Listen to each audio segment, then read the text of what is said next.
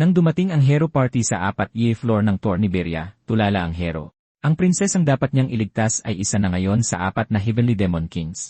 Gumamit ang prinsesa ng pinakamataas na antas ng spirit magic, handang pasabugin siya. Lubos na naguguluhan ang hero dahil hindi magagamit ang spell na yon kung kinokontrol siya. Dito niya napagtanto na ang mga pulo orsi, mga avalanche, mga pananambang sa gabi, ang toring nakatago sa basin, ang mga mana cannon sa isa leaf floor, at ang walang lamang 2 ni at 3 leaf floor ay plinano para wasakin siya. Dahil dito, tuluyang nabaliw ang hero at nagpa siyang wasakin ang lahat. Doon lumitaw ang ating NC na parang kontrabida at pinasabog ang hero noon din. Gayunpaman, hinarang niya ang atake. Pagkatapos ay pumunta ang hero sa likod ng elf at sinipsip ang kanyang lakas kapalit ng mana. Napatawa nito ang ating NC nang makita kung gaano kababa ang pinagbagsakan ng hero. Tinawag niya si Gordon at naputol ang pulso ni Helen sa isang iglap. Bago pa man maintindihan ni Helen ang nangyari, gumawa si Berger ng isang malaking bola ng demonic energy, handang wasakin siya, ngunit hindi dito nagsimula ang lahat. Si Berger Diga, isang Demon King na namuhay ayon sa mga pamantayan ng Demon King, na itinatag ng unang Demon King sa lupain, ay nakaupo sa kanyang trono na may espadang nakatarak sa kanyang puso. Alinsunod sa mga pamantayan, nagtayo si Beria ng Thor at nangidnap ng mga prinsesa. Pagkatapos ay binihag din niya ang mga hero na dumating para iligtas sila, pinagsasawaan ang kanilang galit at kalungkutan habang hinuhubog sila. Sa kabila ng pagiging pinakamalakas na Demon King sa kasaysayan, nakaupo siya sa sarili niyang dugo, nagtataka kung paanong napakadaling napabagsak siya ng isa sa mga hamak na hero na minamaliit niya, habang pinagtatawanan siya ng ibang mga hero. Pagkatapos ay napagtanto niya ang kanyang pagkakamali. Ang mga hero na akala niya'y tinatakot niya ay minamaliit pala siya sa buong panahon, na nagpapatunay na mali ang mga pamantayan. Sa huli pinugutan siya ng hero, ngunit ginamit ni Berge ang kanyang huling lakas para pasabugin ang buong silid, umaasang magkakaroon ng pangalawang pagkakataon para marahil ay isulat muli ang pamantayan. Biglang may narinig si Berge na tumatawag sa kanyang pangalan, at nang imulat niya ang kanyang mga mata, natagpuan niya ang sarili na nakatayo sa isang bulwagan na puno ng mga estudyanteng tulad niya. Habang iniisip niya kung ano ba talaga ang nangyari, narinig niya ulit ang kanyang pangalan. Pagkatapos ay napagtanto niya na tinatawag siya sa entablado para sa isang parangal. Pagdating niya sa entablado, binigyan siya ng pulang badge, na karaniwang ibinibigay sa mga estudyanteng nagtapos sa Demon King Military Academy. Sa sandaling iyon niya napagtanto na nasa kanyang graduation ceremony siya, na naganap 15 taon na ang nakalipas. Siya ay na-reincarnate. Maya-maya lang, lahat ng magsisipagtapos na estudyante ay inanyayahan sa entablado. At bilang pinakamahusay na nagtapos na estudyante, si Bergia ang napiling bumasa ng mga pamantayan ng Demon King. Habang nakatayo sa harap ng buong akademya, naalala ni Bergia kung paano napahiya ang buong kaharian ng demonyo ng mga hero na binihag niya habang mahigpit na sinusunod ang mga patakaran ng kaharian. Sa puntong iyon, nagpasya siyang hindi na niya ulitin ang parehong pagkakamali sa pamamagitan ng panunumpa na susunod sa isang grupo ng mga patakaran na sa huli hahantong sa kanyang pagbagsak. Sa gulat ng lahat, idineklara ni Bergie sa harap ng buong paaralan na hindi niya ipapasailalim ang sarili sa isang bagay na napakatanga. Pagkatapos ay lalo pa niyang nilait ang pamantayan, tinawag itong basura. Ang buong staff at mga estudyante ay nakatayo lang doon na hindi makapaniwala, nagtataka kung paanong si Berge, ang pinakamabait na estudyante, ay makakagawa ng ganoong pagtataksil. Bilang resulta ng kanyang kalapastanganan, si Berge ay pinalitis sa harap ng lahat ng mahahalagang demonyo sa lupain. Para sa ganoong antas ng pagtataksil, si Berge ay natural na dapat binitay noon din. Ngunit isinasaalang-alang ang kanyang dating huwarang pag-ugali at pambihirang talento, binigyan siya ng isa pang pagkakataon upang bumawi. Inutusan siya ng Archduke na bawiin ang kanyang pahayag at humingi ng tawad sa buong Demon Realm kung hindi ay itatapon siya sa arin. Ang arin ay isang dimensyon sa labas ng kaharian kung saan 12 ng Demon King ang namamatay. Maaari rin itong ituring na parusang kamatayan.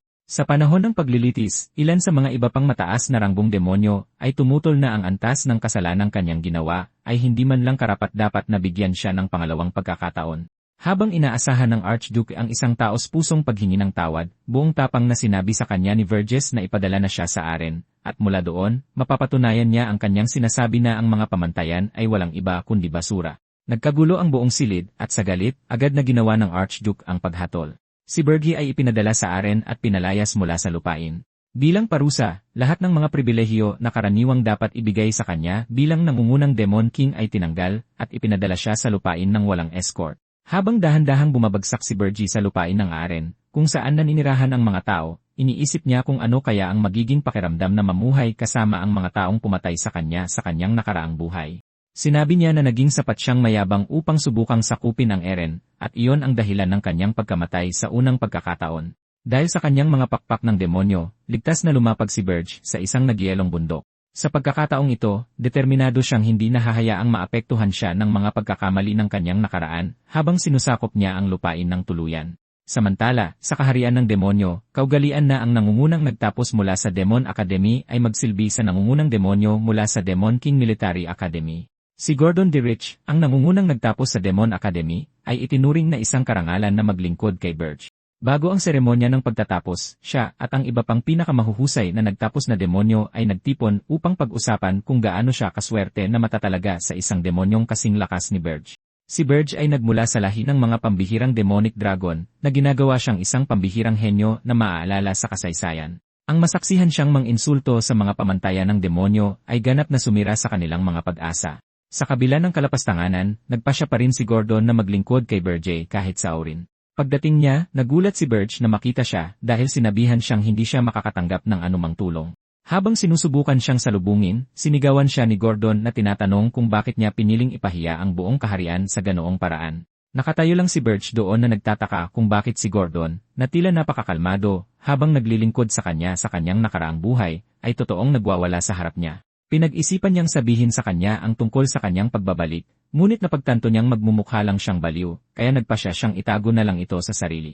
Matapos pakalmahin ang sarili, humingi ng tawad si Gordon sa kanyang magulong pag-ugali, at idineklara na tutuparin niya ang kanyang tungkulin at maglilingkod kay Burge anuman ang mangyari. Ayon sa mga pamantayan ng Demon King, ang unang tuntunin ay para sa bawat Demon King na magtayo ng isang Tor. Gayunpaman, ang Tor ay hindi dapat itayo sa isang napakahirap na kapaligiran para madali itong mahanap ng mga hero. Dahil nasa isang mabagyong lugar sila ngayon, iminungkahi ni Gordon na lumipat sila sa ibang lugar dahil mahihirapan ang mga tao na makarating doon. Dagdag pa niya, may mga halimaw na nakatira sa lugar, kaya natural na ayaw ng mga tao na pumunta doon. Ngunit si Burge, na may sariling plano, ay nagdeklara na dito mismo niya itatayo ang kanyang Tor. Dahil doon, nagtanim siya ng buto ng Tor sa lupa at pinainom ito ng kaunti niyang dugo para lumaki.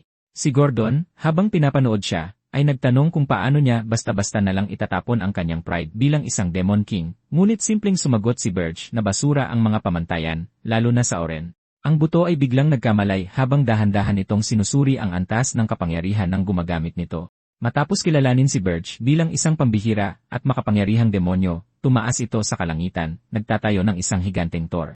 Habang itinatayo ang Tor, napagtanto ni Burge na ang dahilan kung bakit patuloy na namamatay ang mga demonyo sa orain ay marahil dahil nalaman ng mga tao ang mekanismo ng paglikha ng kanilang mga Tor matapos sirain ang napakarami sa mga ito. Marahil ay ginamit nila ang kaalaman tungkol sa mga pamantayan laban sa kanila.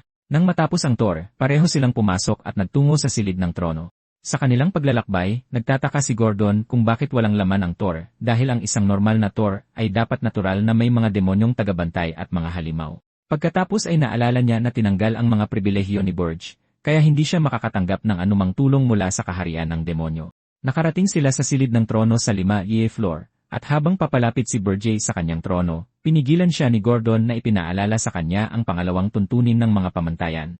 Sinasabi sa tuntunin na dapat mangidnap ang Demon King ng isang prinsipe o prinsesa, mas mainam kung isa na malapit sa trono dahil nagbibigay sila ng mas maraming demonic energy. Sinabi ni Gordon kay Burge ang tungkol sa pinakamalapit na kaharian sa mga bundok. Inaasahan na kikidnapin niya ang prinsesa na may pinakamataas na ranggo ng paghalili para masipsip niya ang galit ng kanilang kaharian at gamitin ito upang mabilis na lumakas. Sa kanyang pagkagulat, pumayag si Burge na sundin ang tuntunin, ngunit sinabi niya na mayroon na siyang prinsesang nasa isip na kikidnapin. Kahit na ipilit ni Gordon na tumulong, pinaiwan siya ni Burge upang bantayan ang Tor. Pagkatapos ay umalis siya upang kidnapin ang prinsesa na may pinakamahinang presensya mula sa pinakamalayong kaharian mula sa Tor, ang 13 prinsesa ng kaharian ng Hilduran. Nang makarating si Burge sa kaharian at mahanap ang prinsesa, sinabi niya sa kanya ang kanyang intensyon na kidnapin siya. Sa kanyang pagkagulat, simpleng nagtanong ang prinsesa kung sigurado ba siyang kaya niya itong hawakan. Bagamat nagulat, buong tapang na sumagot si Burge na siya ay isang Demon King, kaya tiyak na kaya niya ito. Pagkatapos ay madaling sumuko ang prinsesa, sinasabing dalhin na siya. Sa puntong ito, lalo pang nagulat si Burge. Tinanong niya kung mayroon ba siyang lihim na binabalak, at sumagot siya na palagi niyang iniisip na isang katulad na kapalaran ang darating sa kanya mula pa noong ipinanganak siya. Binalaan niya ito na hindi siya magpapabaya. Ngunit sinabi nitong kumalma lang siya, na sinasabing walang paraan para malaman niya na darating siya sa eksaktong araw na iyon. Sumang-ayon naman si Burge at isinama na siya. Pagdating niya pabalik sa kanyang tour, ipinasa niya ito kay Gordon, na medyo inis pa rin sa kanyang pinili. Inutusan niya si Gordon na dalhin siya sa ika-4 na palapag, at medyo nagulat si Gordon dahil inaasahan niyang ikukulong siya. Pagkatapos ay sinabi sa kanya ni Berger na hindi nanlaban ang prinsesa sa buong panahon, kaya gusto niyang magpakita rin ng kaunting kabaitan sa kanya. Ang 4th floor ay malamig at walang laman. Nang dalhin doon ang prinsesa, sa wakas ay napagtanto niya ang pagkakakidnap sa kanya, habang naiisip niyang maaaring hindi na niya maranasan ang kanyang marangyang buhay. Gayunpaman, sa hindi malamang dahilan, nakahanap siya ng ginhawa sa madilim at malamig na sahig. Kinabukasan, nakatanggap si Birch ng imbitasyon mula sa Tower of Beasts na matagal nang naitatag sa aren bago pa man siya dumating. Sinabi sa kanya ni Gordon na marahil ito ay isang imbitasyon para salubungin siya bilang isang bagong Demon King, ngunit sumagot si Verges na malamang isa lang itong kaawa-awang pagtatangka na i-haze siya at utus-utusan. Ang mga Demon King ay sa panimulay masyadong mayabang para makipagtulungan sa iba. Gayunpaman, sa aren, isang pambihirang kadahilanan, napipilitan ang mga Demon King na labanan ang kanilang pride at magtulungan. Binaliwala sila ni Verges sa kanyang nakaraang buhay, iniisip na mahihina ang kanilang isip. Ngunit ngayon nakasama na niya sila, nagpasya siyang hindi gaanong makakasama na magkaroon ng ilang magaang pakikipag-usap sa kanila. Nang maglaon, pagdating nila sa Tower of Beasts, nakilala nila ang isang demonyong parang lobo na nagpakilalang si Draxon, ang Demon King of Beasts. Sinasabi ni Draxin na 70 taon na siyang namumuno sa kanyang paligid. Tinatanong kung si Birch ba ang bagong Demon King habang sinusubukang takutin siya. Binanggit niya ang buong issue sa pangungutya ni Birch, pero sumagot si Birch at tinanong kung nandito ba siya para pagtawanan siya. Hindi nagpatinag, walang galang na sinabi ni Birch na diretsuhin na siya. Sinabi naman ni Draxon na inutusan siya ng Archduke na bantayan siya sa lahat ng oras. Nang marinig iyon, sinadyang asarin ni Birch ang Archduke. Tinawag itong isang maingay na matandang vampira. Nagalit si Draxon nang marinig niya kung paano niya tinawag ang Archduke. Inihulog niya ang isang malaking piraso ng karne na kinakain niya at inutusan si Berger na dilaan ito, kung hindi ay hindi patatawarin ang kanyang kawalang galang. Simple lang na tinanong ni Berger kung hindi niya talaga alam kung bakit siya nasa aurang. Sumagot si Draxon na ipinatapon siya dahil sa pagkutya sa mga pamantayan ng mga Demon King. Pagkatapos ay tinapakan ni Berger ang karne na inihulog ni Draxon na nagpabitak sa lupa.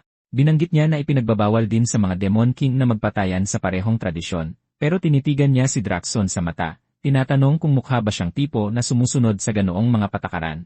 Sa sandaling iyon, kinilabutan si Draxon dahil hindi pa siya nakakatagpo ng demonyong may ganoong kalakas na aura. Pinagpapawisan sa loob, nagmamadali niyang sinabi na pinapakumpirma sa kanya ng Archduke kung nakidnap nga ba siya ng isang prinsesa gaya ng inaasahan. Sinasabi niya na kung hindi mag-uulat si Birch sa loob ng isang buwan, mawawala ang kanyang kapangyarihan. Pero pinutol siya ni Birch, sinasabing na ayos na ito dahil nakidnap na siya ng isang prinsesang bagay sa kanyang panlasa. Pagkatapos ay agad siyang umalis kasama si Gordon. Pagbalik sa kanyang tour, sinabi ni Gordon na sa wakas ay naipakita ni Birch ang kamaharlikaan ng isang Demon King, at sumagot si Birch na kailangan niya lang gawin yon para hindi sila guluhin ng Beast King sa ngayon, kahit na sinabi niya kay Gordon na maghanda sa pinakamasama anumang oras. Maya-maya, inutusan niya si Gordon na tingnan ang kalagayan ng prinsesa, habang sinasabi na kailangan nilang humanap ng paraan para mapakinabangan siya. Nang umalis si Gordon, inisip ni Berger kung gaano kagulo ang mga bagay para sa kanila at kay Hernan dahil may posibilidad na magtanim din ng sama ng loob sa kanya ang ibang mga Demon King. Pagkatapos ay napagtanto niya na ang mga kahihinatnan ng pagkutya sa mga pamantayan ay maaaring higit pa sa kanyang kakayahan. Habang malalim ang iniisip, sinabi niya na kahit bigyan siya ng isa pang pagkakataon, pareho pa rin ang gagawin niyang desisyon dahil mas gugustuhin niyang mamatay kaysa gawin ang parehong pagkakamali na yumuko sa basura. Nagpasya si Verges na tingnan ang kanyang point balance para sa gantimpalang nakuha sa pagkidnap ng isang prinsesa. Dahil kinidnap niya ang isa sa mga prinsesang may pinakamababang ranggo, inaasahan niyang ilang daang demonic energy points lang ang kanyang gantimpala. Nang tingnan niya ang balanse, nagulat siya nang malaman na ginawaran siya ng 13,000 puntos. Habang nagtataka siya kung bakit napakarami niyang nakuha, nakatanggap siya ng video recording mula kay Draxon na binabati siya sa kanyang nagawa. Sinabi ni Draxon na talagang humanga siya dahil ang nagawa ni Birch ay hindi madaling gawin. Habang nagtataka pa rin kung ano ang nangyayari, bumalik si Gordon na tinatawag si Birch tungkol sa isang problema sa 4th floor. Pagdating ni Birch doon, nagulat siyang makita na ang dating walang laman na silid ay naging isang ecosystem na puno ng buhay. Nagtaka siya dahil, sa kanyang pagkakaalam, iisang spiritist lang sa kontinente ang may kakayahang gumawa ng ganoon, at tiyak na hindi iyon ang ika-13 prinsesa. Doon niya napagtanto na ang prinsesang kinidnap niya ay hindi ang ika-13 prinsesa. Nang tanungin niya ito, ninisyan lang siya ng prinsesa at ipinakilala ang sarili bilang si Hernan Hilderan, ang unang prinsesa ng kaharian ng Hilderan. Samantala, sa kaharian ng Hilderan, nakarating sa hari ang mga ulat tungkol sa biglaang pagdukot sa kanyang una at pinakamamahal na anak na babae. Agad na nagalit ang hari habang ipinapatawag niya ang pinakamalalakas na bayani ng buong kaharian upang patayin ang Demon King na may gawa nito at ibalik ang kanyang anak. Ngumisi si Hernan kay Berje, ipinapaalala sa kanya na tinanong niya ito kanina kung kakayanin ba siya nito. Nang mapagtantong siya ang henyong elemental mage na puno ng mana, tinanong niya kung paano siya nagawang lokohin ito noon. Pagkatapos ay ipinakita sa kanya ni Hernan ang isang singsing, na ayon sa kanya ay responsable sa pagtatago ng kanyang mana, at tinawag itong pamana ng kanilang pamilya. Matapos siyang matagumpay na maloko, tinanong niya kung gusto ba siyang ibalik, ngunit pinag-isipan ni Berje ang kanyang mga pagkakataon. Pinag-isipan niya ito at napagtanto na hindi lang siya kukutyain at iisiping duwag, mas mahihirapan din siyang mangolekta ng demonic energy.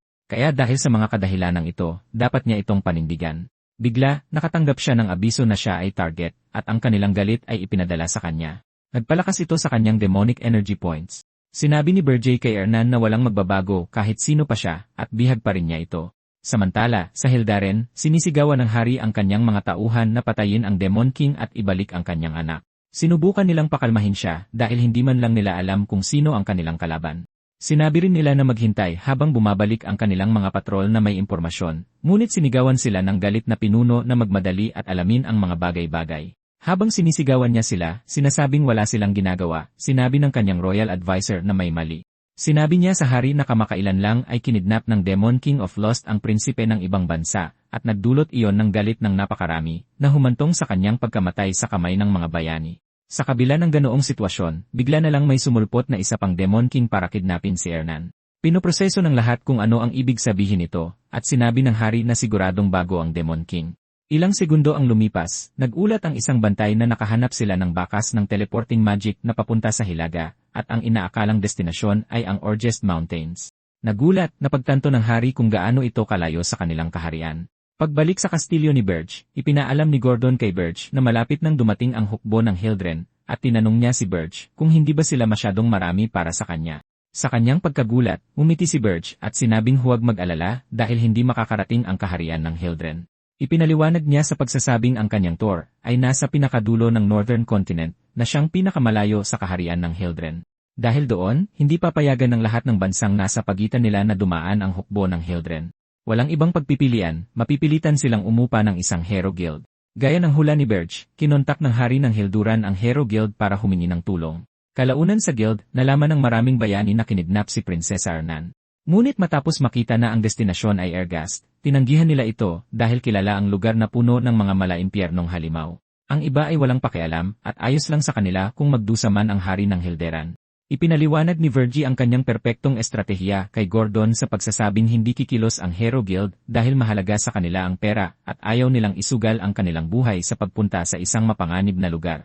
Ipinabatid niya na yon ang dahilan kung bakit niya itinayo ang tour sa Orgest. Nagulat si Gordon sa kaalaman ni Vergie, at nagtaka pa siya kung nakapunta na ba si Vergie sa aren noon. Makalipas ang ilang panahon, nagalit ang hari nang malaman na walang bayaning gustong tumanggap ng trabaho para iligtas ang kanyang anak. Sa panahong iyon, gumagawa ng mga plano si Vergie, alam na matatagalan bago makabuo ang hari ng isang maayos na guild para habulin siya. Tiningnan niya ang kanyang status window at nakitang wala siyang sapat na demonic energy para harapin ang isang buong hukbo ng mga bayani. Naalala niya ang takot habang ginugunita ang mga nakaraang bayani na pumatay sa kanya. Kaya sinabihan niya si Gordon na kontakin si Draxen, at ibebenta niya ang demonic energy kapalit ng pera. Natagalan ang katulong na iproseso ang narinig, ngunit nang maintindihan niya, napasigaw siya sa gulat at nagtaka kung nabaliw na ba si Verges. Ito ay dahil ang demonic energy ang pera ng mga pangarap, na nagpapahintulot sa mga demonyo na lampasan ang kanilang mga limitasyon. Sa madaling salita, kung mas maraming demonic energy, mas nakakatakot at mas malakas ang mga demonyo, kaya katawa-tawa na gusto ni Verge na ibenta ang sa kanya. Muling kinumpirma ni Berge, at ipinaalam sa kanya na hindi niya mapipigilan ang mga bayani gamit ang kasalukuyang demonic energy, ngunit sa pera ng tao, maaari niyang subukan. Matapos kontakin si Draxin at magbenta ng ilang demonic energy points, pumunta si Berge sa Holton's Work, isang lugar malapit sa Fortress City ng Ergast Mountains. Habang tumatakbo patungo sa tarangkahan ng lungsod, sinubukan siyang pigilan ng mga bantay, ngunit hindi huminto sa pagtakbo si Berge. Sa halip, ipinakilala niya ang sarili bilang isang mersenaryo at pagkatapos ay hinagisan sila ng isang gintong barya. Pinapasok nila siya at nagsimulang magtalo kung paano nila ito hahatiin. Si Berje, na bago sa lungsod, ay napagtanto na kakailanganin niya ng isang gabay, kaya nagtungo siya sa headquarters ng isang mercenary guild. Doon, umiinom ang guildmaster at dumadaldal tungkol sa kung gaano kapeke ang chismis tungkol sa isang bagong Demon King. Sinabi sa kanya ng iba pang mga lalaki sa guild ang tungkol kay Hernan, na kinidnap ng bagong Demon King, ngunit binaliwala ng lasing na ungas ang ideya. Naniniwala siyang masyadong hindi makatwiran dahil sa kung gaano kalayo ang Urgis at Hilderan. Pinag-uusapan din ng mga lalaki kung paano ang buong bagay ay isang palabas lamang para kumita ng mas maraming pera. Tumawa siya kasama ang iba pa tungkol sa mga bayani na gagawin ang lahat para kumita ng mas maraming pera. Mula sa likuran, ginulat siya ni Burgess matapos malaman ang ilang bagay. Nang makitang marami silang alam, inutusan niya ang isa sa kanila na manatili habang ang iba ay dapat nang umalis. Nainsulto sila at sumugod para patumbahin siya, ngunit isang beses lang silang tinamaan ni Burgess kaya't nakahandusay sila sa sahig. Inatake pa siya ng isang malaking lalaki gamit ang maso, ngunit pinigil ni Burge ang atake gamit ang kanyang braso bago itulak palayo ang lalaki. Habang papalapit ang mga mamamana para pabagsakin siya, naggalit ang mga ngipin sa takot ng lasing na madaldal kanina nang mapagtanto kung gaano nakakatakot si Burge. Samantala, sa labas ng guild, narinig ng mga dumadaan ang kaguluhan, at hindi na sila nagulat dahil hindi na ito bago. Pagkaraan ng ilang sandali, tumahimik ang lahat, kaya kinausap ni Berje ang nag-iisang taong may malay sa silid. Sinasabi sa kanya na bubuhayin niya ito kung sasagutin niya ang kanyang tanong. Sumuko ang lalaki at nagmakaawa para sa kanyang buhay. Tinanong ni Burgundy ang lokasyon ng pamilihan ng mga alipin, kaya dinala siya ng lalaki doon. Nakita ni Burgundy na mga tao lang ang nandoon, kaya tinanong niya kung may iba pang lahi. Habang nandoon, inabutan niya ang lalaki ng isang malaking supot na puno ng gintong barya. Agad na nanguna sa daan ang madaldal habang abot tenga ang ngiti. Doon, nalaman ni Berje na may isang pagkakatulad ang mga tao at demonyo, gagawin nila ang lahat para sa kanilang mga pagnanasa. Habang dinadala ng lalaki si Berje sa isang hiwalay na silid, naaalala ni Berje na sinabi niya kay Gordon ang kanyang plano na kumuha ng isang aliping elf, mas mabuti para maging espiya at lumikha ng gulo sa mga bayani. Sa panahong iyon, nakipagkita si Herohil at Cargill ng Hildaren sa hari at nangakong ililigtas ang prinsesa at dadalhin ang ulo ng Demon King sa ngalan ng hustisya. Sa pamilihan ng alipin, naniniwala si Verges na magiging napakaganda ng paggamit ng isang elf para sa kanyang operasyon dahil ang mga elf ay napaka-inosente. Dumating ang slave master at tinanong si Burge kung sino ang bibilhin niya. Sinabi ni Burge na kukunin niya ang elf, pagkatapos ay sinabi niya sa slave master na ang guild captain ang magbabayad. Nagulat ang lalaki, ngunit pinigilan niya ang kanyang emosyon matapos siyang tanungin ni Burge. Sumang-ayon ang kapitan at inabutan ng pera ang slave master. Pagkatapos ay sinabi ni Berje sa kanila na paumanhin muna habang personal niyang kakausapin ang elf. Binalaan siya ng slave master, sinabing baka magwala ang elf, pero sinabi ni Berje na huwag mag-alala dahil babayaran ng guildmaster ang anumang pinsala. Nang maiwang mag-isa, pumasok si Berje sa kulungan at mahiwagang pinakawalan ang mga posas na nakagapos sa elf. Matapos maramdaman ang kanyang enerhiya, napagtanto ng elf na si Berje ay hindi tao kundi isang demonyo. Tinanong niya si Berje kung ano ang kailangan nito sa kanya. Sinabi ni Berje na gusto niyang bigyan ito ng pagkakataong makapaghiganti sa mga tao. Inamin ng elf na nakakatukso ang alok, pero sinabi niyang hindi niya mapagkakatiwalaan ang mga demonyo tulad ng mga tao. Sinabi ni Berje na iba siya, at nanumpa siyang palalayain ito sa loob ng susunod na 50 taon kung susundin nito ang kanyang utos. Ipinaalala niya sa elf kung gaano kaikli ang 50 taon kumpara sa haba ng kanilang buhay. Gayunpaman, ipinaalala ng elf kay Berje na palaging layunin ng mga demonyo na wasakin ang World Tree kasama ang mundo na pinagsisilbihan at pinoprotektahan ng mga elf, kaya nahihirapan siyang pagkatiwalaan si Berje. Pagkatapos ay pinag-isipan niya ito at naging kakaiba para sa kanya na isang demonyo ang humihingi ng tulong sa isang elf.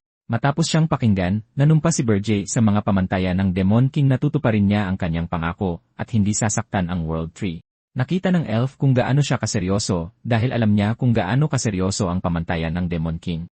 Dahil doon, pinakawala ni Berje ang mga posa sa kanyang mga braso at binti at hiniling na manumpa ang elf sa World Tree na magiging tapat sa kanya sa susunod na 50 taon. Napansin ng elf kung gaano kakaiba si Berge. Nagpakilala siya bilang si Granada mula sa tribo ng Maple at sinabing gagawin lamang niya ang panunumpa kapag nakita na niya ang Demon King na nagpadala kay Berge. Kaswal na nagpakilala si Berje bilang ang Demon King at humagalpak ng tawa si Granada. Tinawag niya itong isang masamang biro dahil imposibleng iwanan ng isang Demon King ang kanyang tour kung saan siya pinakamalakas para lang kausapin ng direkta ang isang alipin. Habang tawang-tawa, sinabi ni Granada na manunumpa siya ng katapatan kay Berje sa loob ng 100 taon kung si Berje talaga ang Demon King. Tinanggap ni Berje ang kanyang alok at pagdating nila sa 5th floor ng tour, umupo si Berjay sa kanyang trono at ipinaalala sa kanya ang 100 taong kontrata. Galit na sinigawan siya ni Granada sa paniniwalang isa itong panloloko dahil hindi dapat walang laman ang kastilyo ng Demon Lord. Nagreklamo siya tungkol sa Tor, sinasabing sa takbo ng mga bagay, hindi aabot ng 1 taon si Verges, at pagpipira-pirasuhin siya ng grupo ng Hero. Dahil dito, tumanggi si Granada na makipagtulungan sa kanya. Inilabas ni Verge ang kanyang napakalakas na aura habang ipinapaalala ang kanilang kontrata, at agad na nagbago ng desisyon si Granada. Ang napakalakas na aura ay patunay na mismo, at napagtanto ni Granada na si Verge ay ang tunay na Demon King. Bukod dito, kanina habang papunta sila sa Tor, naalala ni Granada kung paanong hindi sila inatake ng lahat ng dambuhalang demonyo na nagtatago sa mga bundok. Kaya nakumpirma nito ang kanyang teorya na si Berjay ang Demon King. Yumuko si Granada at ginawa ang ipinangako niyang gawin sa loob ng 100 taon. Pagkatapos ng kanyang panunumpa, inaasahan niya ang isang mahalagang gawain mula kay Verges, ngunit ginulat siya ng Demon King nang hilingin siyang maghanda ng pagkain. Maya-maya, nagluto si Granada sa kusina at inisip kung iyon ba ang dahilan kung bakit nagpunta pa si Verges sa bayan.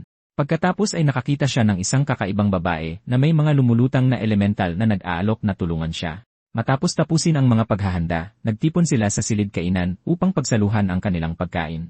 Doon, nalaman ni Granada na ang taong tumulong sa kanya sa paggawa ng tanghalian ay ang unang prinsesa ng Hilduran. Agad siyang nawala sa sarili habang sinisigawan si Verges sa paggawa ng isang bagay na napakadelikado sa kabila ng walang depensa laban sa mga hero. Tumango pa si Gordon para suportahan siya, ngunit sinabi ni Verges kay Granada na yon ang dahilan kung bakit niya ito binili. Pinakalma niya ang elf at sinabihang kumain. Tinikman ng Demon King ang kanyang pagkain at pinuri ito. Sumingit din si Hernan na tumulong siya at nalito ang elf kung ano ang tama at mali sa Tor. Maya-maya, dinala ni Bergie si Granada sa 4th floor. Doon, tinanong siya ng elf kung gusto ba niyang labanan nito ang mga hero. Sinabi ni Bergie na huwag at sinabing kung nakalapit na ang mga hero sa Tor, tapos na siya. Sinabi niya kay Granada na ang gagawin nito ay guluhin ang mundo ng mga tao. Sumang-ayon si Bergie, ngunit bago yon, sinabi niya sa elf na kailangan niyang suriin ang mga kakayahan nito. Lohikal na kinuwestiyon ni Granada ang kanyang katinuan, dahil alam na alam niyang hindi niya matatalo ang isang Demon King sa Tor nito. Dahil doon, binigyan ni Bergie ng handicap ang kanilang sparring session sa pamamagitan ng pag-aalok na isang kamay lang ang gagamitin niya at walang demonic energy. Pagkatapos ay naglagay siya ng pusta kung saan kung manalo si Granada, babawasan niya ng 50 taon ang tagal ng kontrata ni Granada. Naging ganado ang elf at nangakong ibubuhos ang lahat ng kanyang lakas. Agad siyang sumugod, pinaurong si Bergie gamit ang kanyang matatalim na atake. Sinasangga at iniiwasan ni Bergie ang kanyang mga atake, habang napapansin na maayos pa rin ang mga galaw ni Granada sa kabila ng matagal na pagkaalipin. Pagkatapos ay tinanong niya kung sinipsip ni Granada ang mana sa paligid para palakasin ang kanyang pisikal na kakayahan. Tinawag niya itong isang angkop na estilo para sa isang elf. Pagkatapos ay sinabi ni Granada sa kanya na walang ordinaryong elf ang makakagawa ng kanyang susunod na galaw. Gumawa siya ng hand seal at pinalakas ang kanyang braso gamit ang mga bato. Pagkatapos ay iginapos niya ang mga paa ni Birch gamit ang mga baging at sumugod sa kanya, sumisigaw na bukas siya. Sa kasamaang palad para sa kanya, hindi nangyari ang mga bagay tulad ng inaasahan niya dahil ipinaalala sa kanya ni Birch na kalaban niya ang Demon King. Ipinangako niyang hindi gagamit ng demonic energy at susubukan ang kanyang makakaya na kontrolin ang kanyang lakas para hindi niya mapatay si Granada. Masakit na nilampaso si Granada sa kabila ng handicap. Kalaunan, binisita ni Bergie ang Red Hawk Mercenaries, at nagsisipsip sa kanya ang guild captain. Malungkot na pinanood ng ibang sugatang mersenaryo ang pagsisipsip ng kanilang leader sa taong may kagagawa ng kanilang kalagayan. Bigla, inihagis ni Bergie ang isang supot ng gintong barya sa kanila, sinabing ito ang kanilang deposito, at tuluyang nagbago ng 180 degrees ang mood ng mga tauhan. Sumali sila sa kanilang leader sa pagsisipsip dito, na nagpaisip sa lalaki kung dapat ba siyang kumuha ng bagong team. Pagkatapos nyon, sinabi ni Bergie sa kanila na magdaragdag siya ng bagong miyembro sa kanilang team. Agad na sumang-ayon ang kapitan, ngunit sinubukan siyang pigilan ng kanyang mga tauhan. Ngunit sa sandaling makita nila si Granada, na mukhang mas kahabag-habag pa ang kalagayan kaysa sa kanila, iniyakan nila siya at tinanggap bilang kanilang kasama. Pinagmasdan lang sila ni Bergie habang napapansin na kahit mukha silang pangkaraniwan, sila ay napakahusay. Kinwenta ni Bergie ang sitwasyon at alam niyang si Helen, ang hero ng Hildren na tumalo sa Demon King of Lust, ay paparating na, kaya inutusan ni Bergie ang Red Hawk Mercenaries na imbestigahan si Helen. Pagkabalik sa Tor, napansin ni Bergie na oras na para lumakas.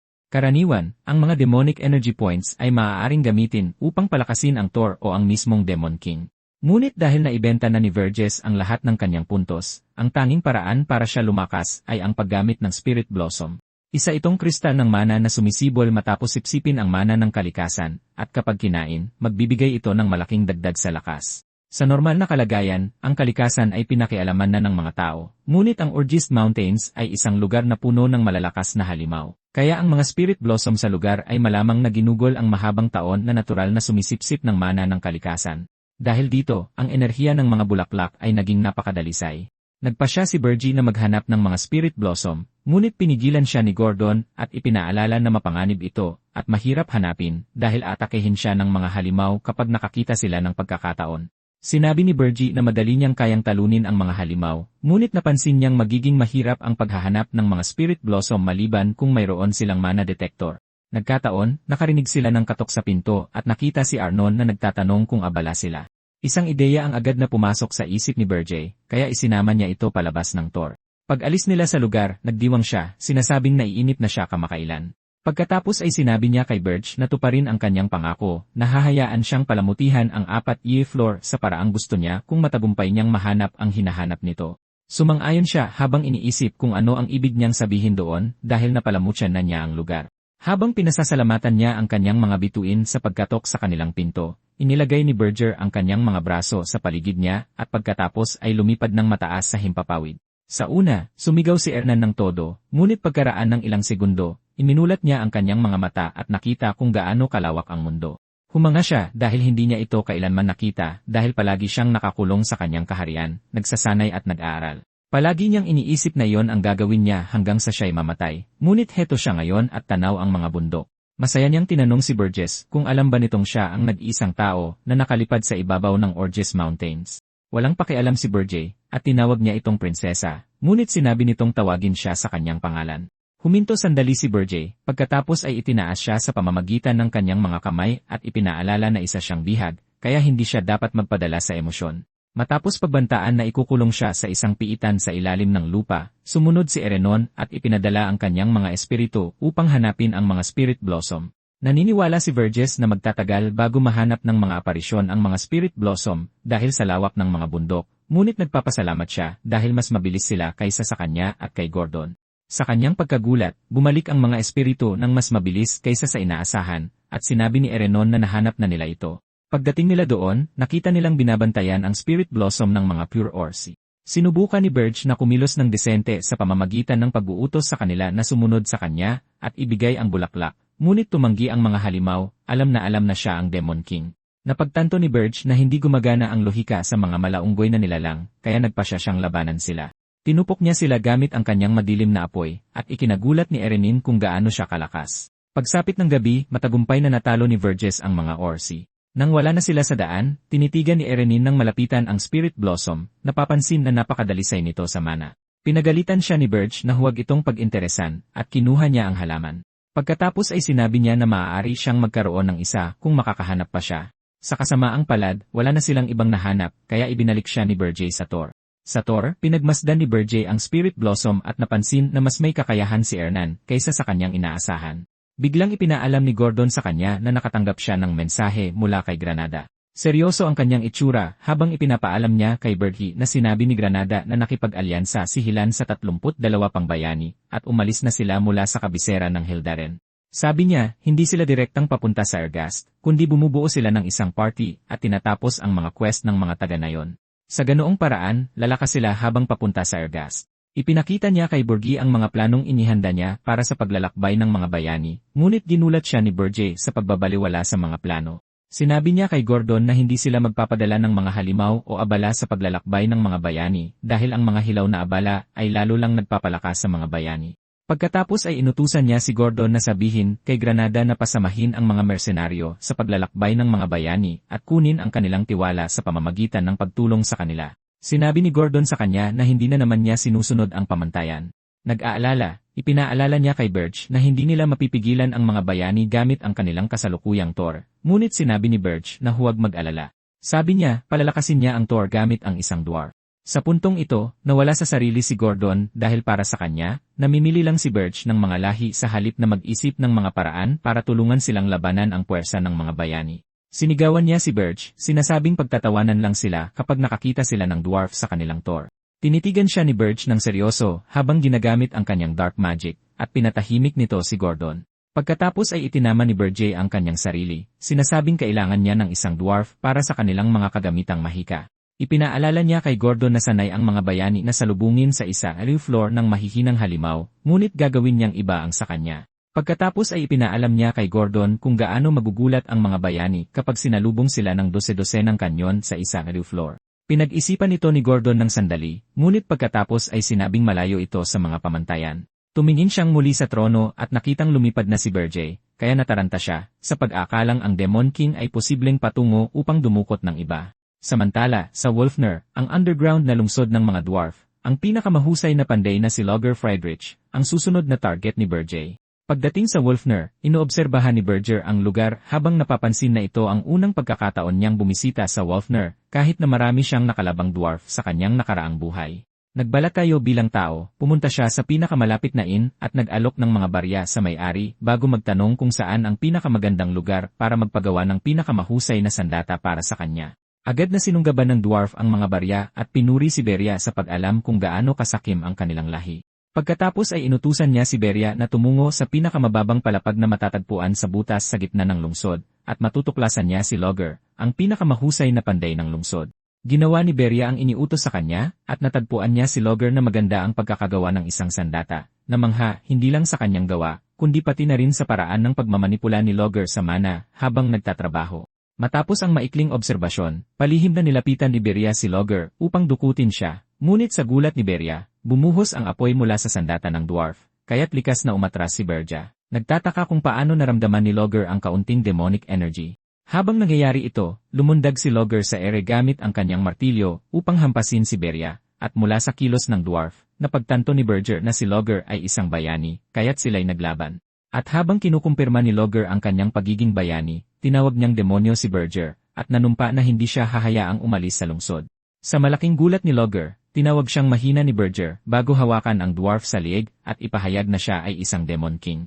Ilang segundo ang lumipas, pumasok ang mga security force sa pagawaan ni Logger matapos makarinig ng gulo, ngunit wala silang nakitang bakas ng kanilang bayani. At nang mapagtanto nilang dinukot siya, inutusan nila ang ibang mga bantay na isara ang lugar at hanapin si Logger at ang dumukot sa kanya. Sa mga oras na yon, si Berja, na lumipad na sa tuktok ng gusali, ay nagmamasid sa lugar at binantaan niya si Logger na tumahimik kung hindi ay malalagot ang dwarf. Nagtataka, iniisip ni Logger kung bakit nagpakita ang isang Demon King sa Wolfner, at hinulaan pa niyang dumating si Beria para sa kanilang prinsesa, kahit na iginiit ni Beria na wala siyang pakialam sa kanya. Batay sa mga chismis na narinig ni Beria tungkol sa mga panday na dwarf na naghuhukay ng daanan sa ilalim ng lupa, inutusan niya si Logger na gabayan siya sa daanan nito, at napamura ang maalamat na panday sa kanyang isip sa sobrang kamalasan na makaharap si Beria, lalo na't sobrang takot siyang labanan ang Demon King. Nang makitang hindi kikilos si Logger, gumawa ng isa pang pusta si Berger, kung saan bibihagin niya ang prinsesa ng mga dwarf para iligtas si Logger. Ngunit alam ni Logger na magiging delikado iyon sa kanyang karera kung siya ang maliligtas sa halip na ang prinsesa, kaya't minura niya si Berja, dahil kung ililigtas ni Logan ang sarili sa halip na ang prinsesa, papahirapan siya ng kanyang lahi hanggang mamatay dahil sa pagiging duwag. Tiniyak naman ni Beria kay Logger sa pamamagitan ng panunumpa sa mga pamantayan ng Demon King na garantisado ang kaligtasan ng dwarf kung tutulungan siya ni Logger. Matapos marinig ang panunumpa ni Beria sa mga pamantayan, pinili ni Logger na tumulong dahil ang pamantayan ng Demon King ang pananampalatayang sinasamba ng lahat ng Demon King. Samantala, nagpakita si Prinsesa Louise sa pagawaan ni Logger na umaasang handa na ang kanyang sandata. Ngunit nang malaman niyang dinukot siya, sinigawan niya ang mga bantay na hanapin ang dumukot kay Logger, kung hindi ay pupugutan sila ng ulo. Sa panahong iyon, habang ginagabayan ni Logger si Berga sa isang daanan sa ilalim ng lupa, hindi naging komportable si Beria sa panonood sa mga dwarf sa likuran, binantaan niya si Logger, at mabilis na lumabas ang dwarf mula sa butas. Doon, naghabol ng hininga si Logger at sinabi kay Beria na tapos na ang kanyang papel, ngunit ginulat siya ng Demon King sa pagngisi na parang isang banta, bago ibunyag na hindi niya pinapahalagahan ang pamantayan ng Demon King. Matapos mapagtanto ni Logger na naloko siya, hiniling niyang sanay ipinagkanulo na lang niya ang prinsesa kanina. Ngunit dahil nangyari na ang pinakamasama, nagpasya siyang magmakaawa para sa kanyang buhay sa pamamagitan ng pag-aalok na magtrabaho para kay Berge. Ipinaalala ni Berge kay Logger ang kanyang pagiging bayani, ngunit wala itong pakialam. Gusto niya lang makahanap ng paraan para mabuhay. Matapos makita ang determinasyon ni Logger, inutusan siya ni Berger na manumpa ng katapatan sa kanya kung gusto niyang maligtas.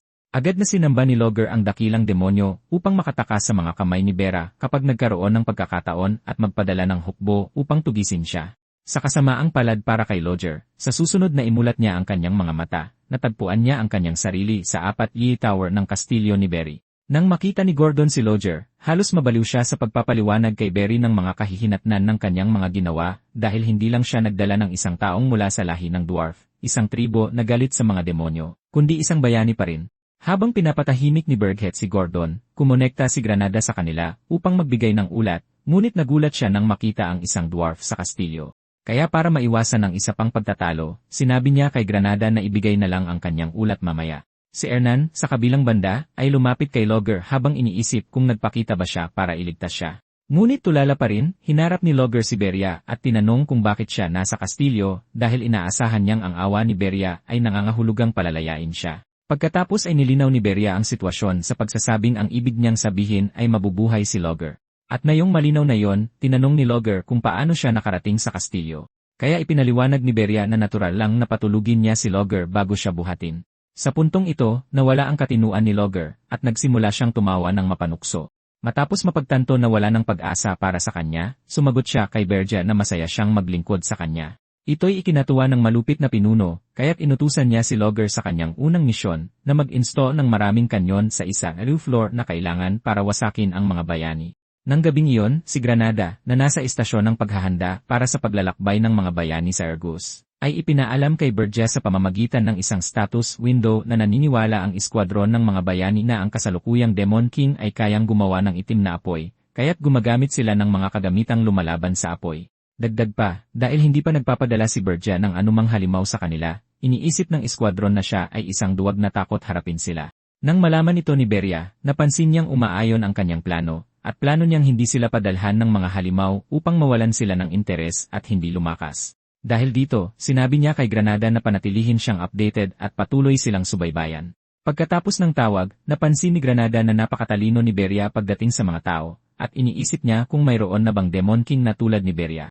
Habang bumabalik siya sa eskwadron, nagpapasalamat si Granada na hindi siya kaaway ni Beria.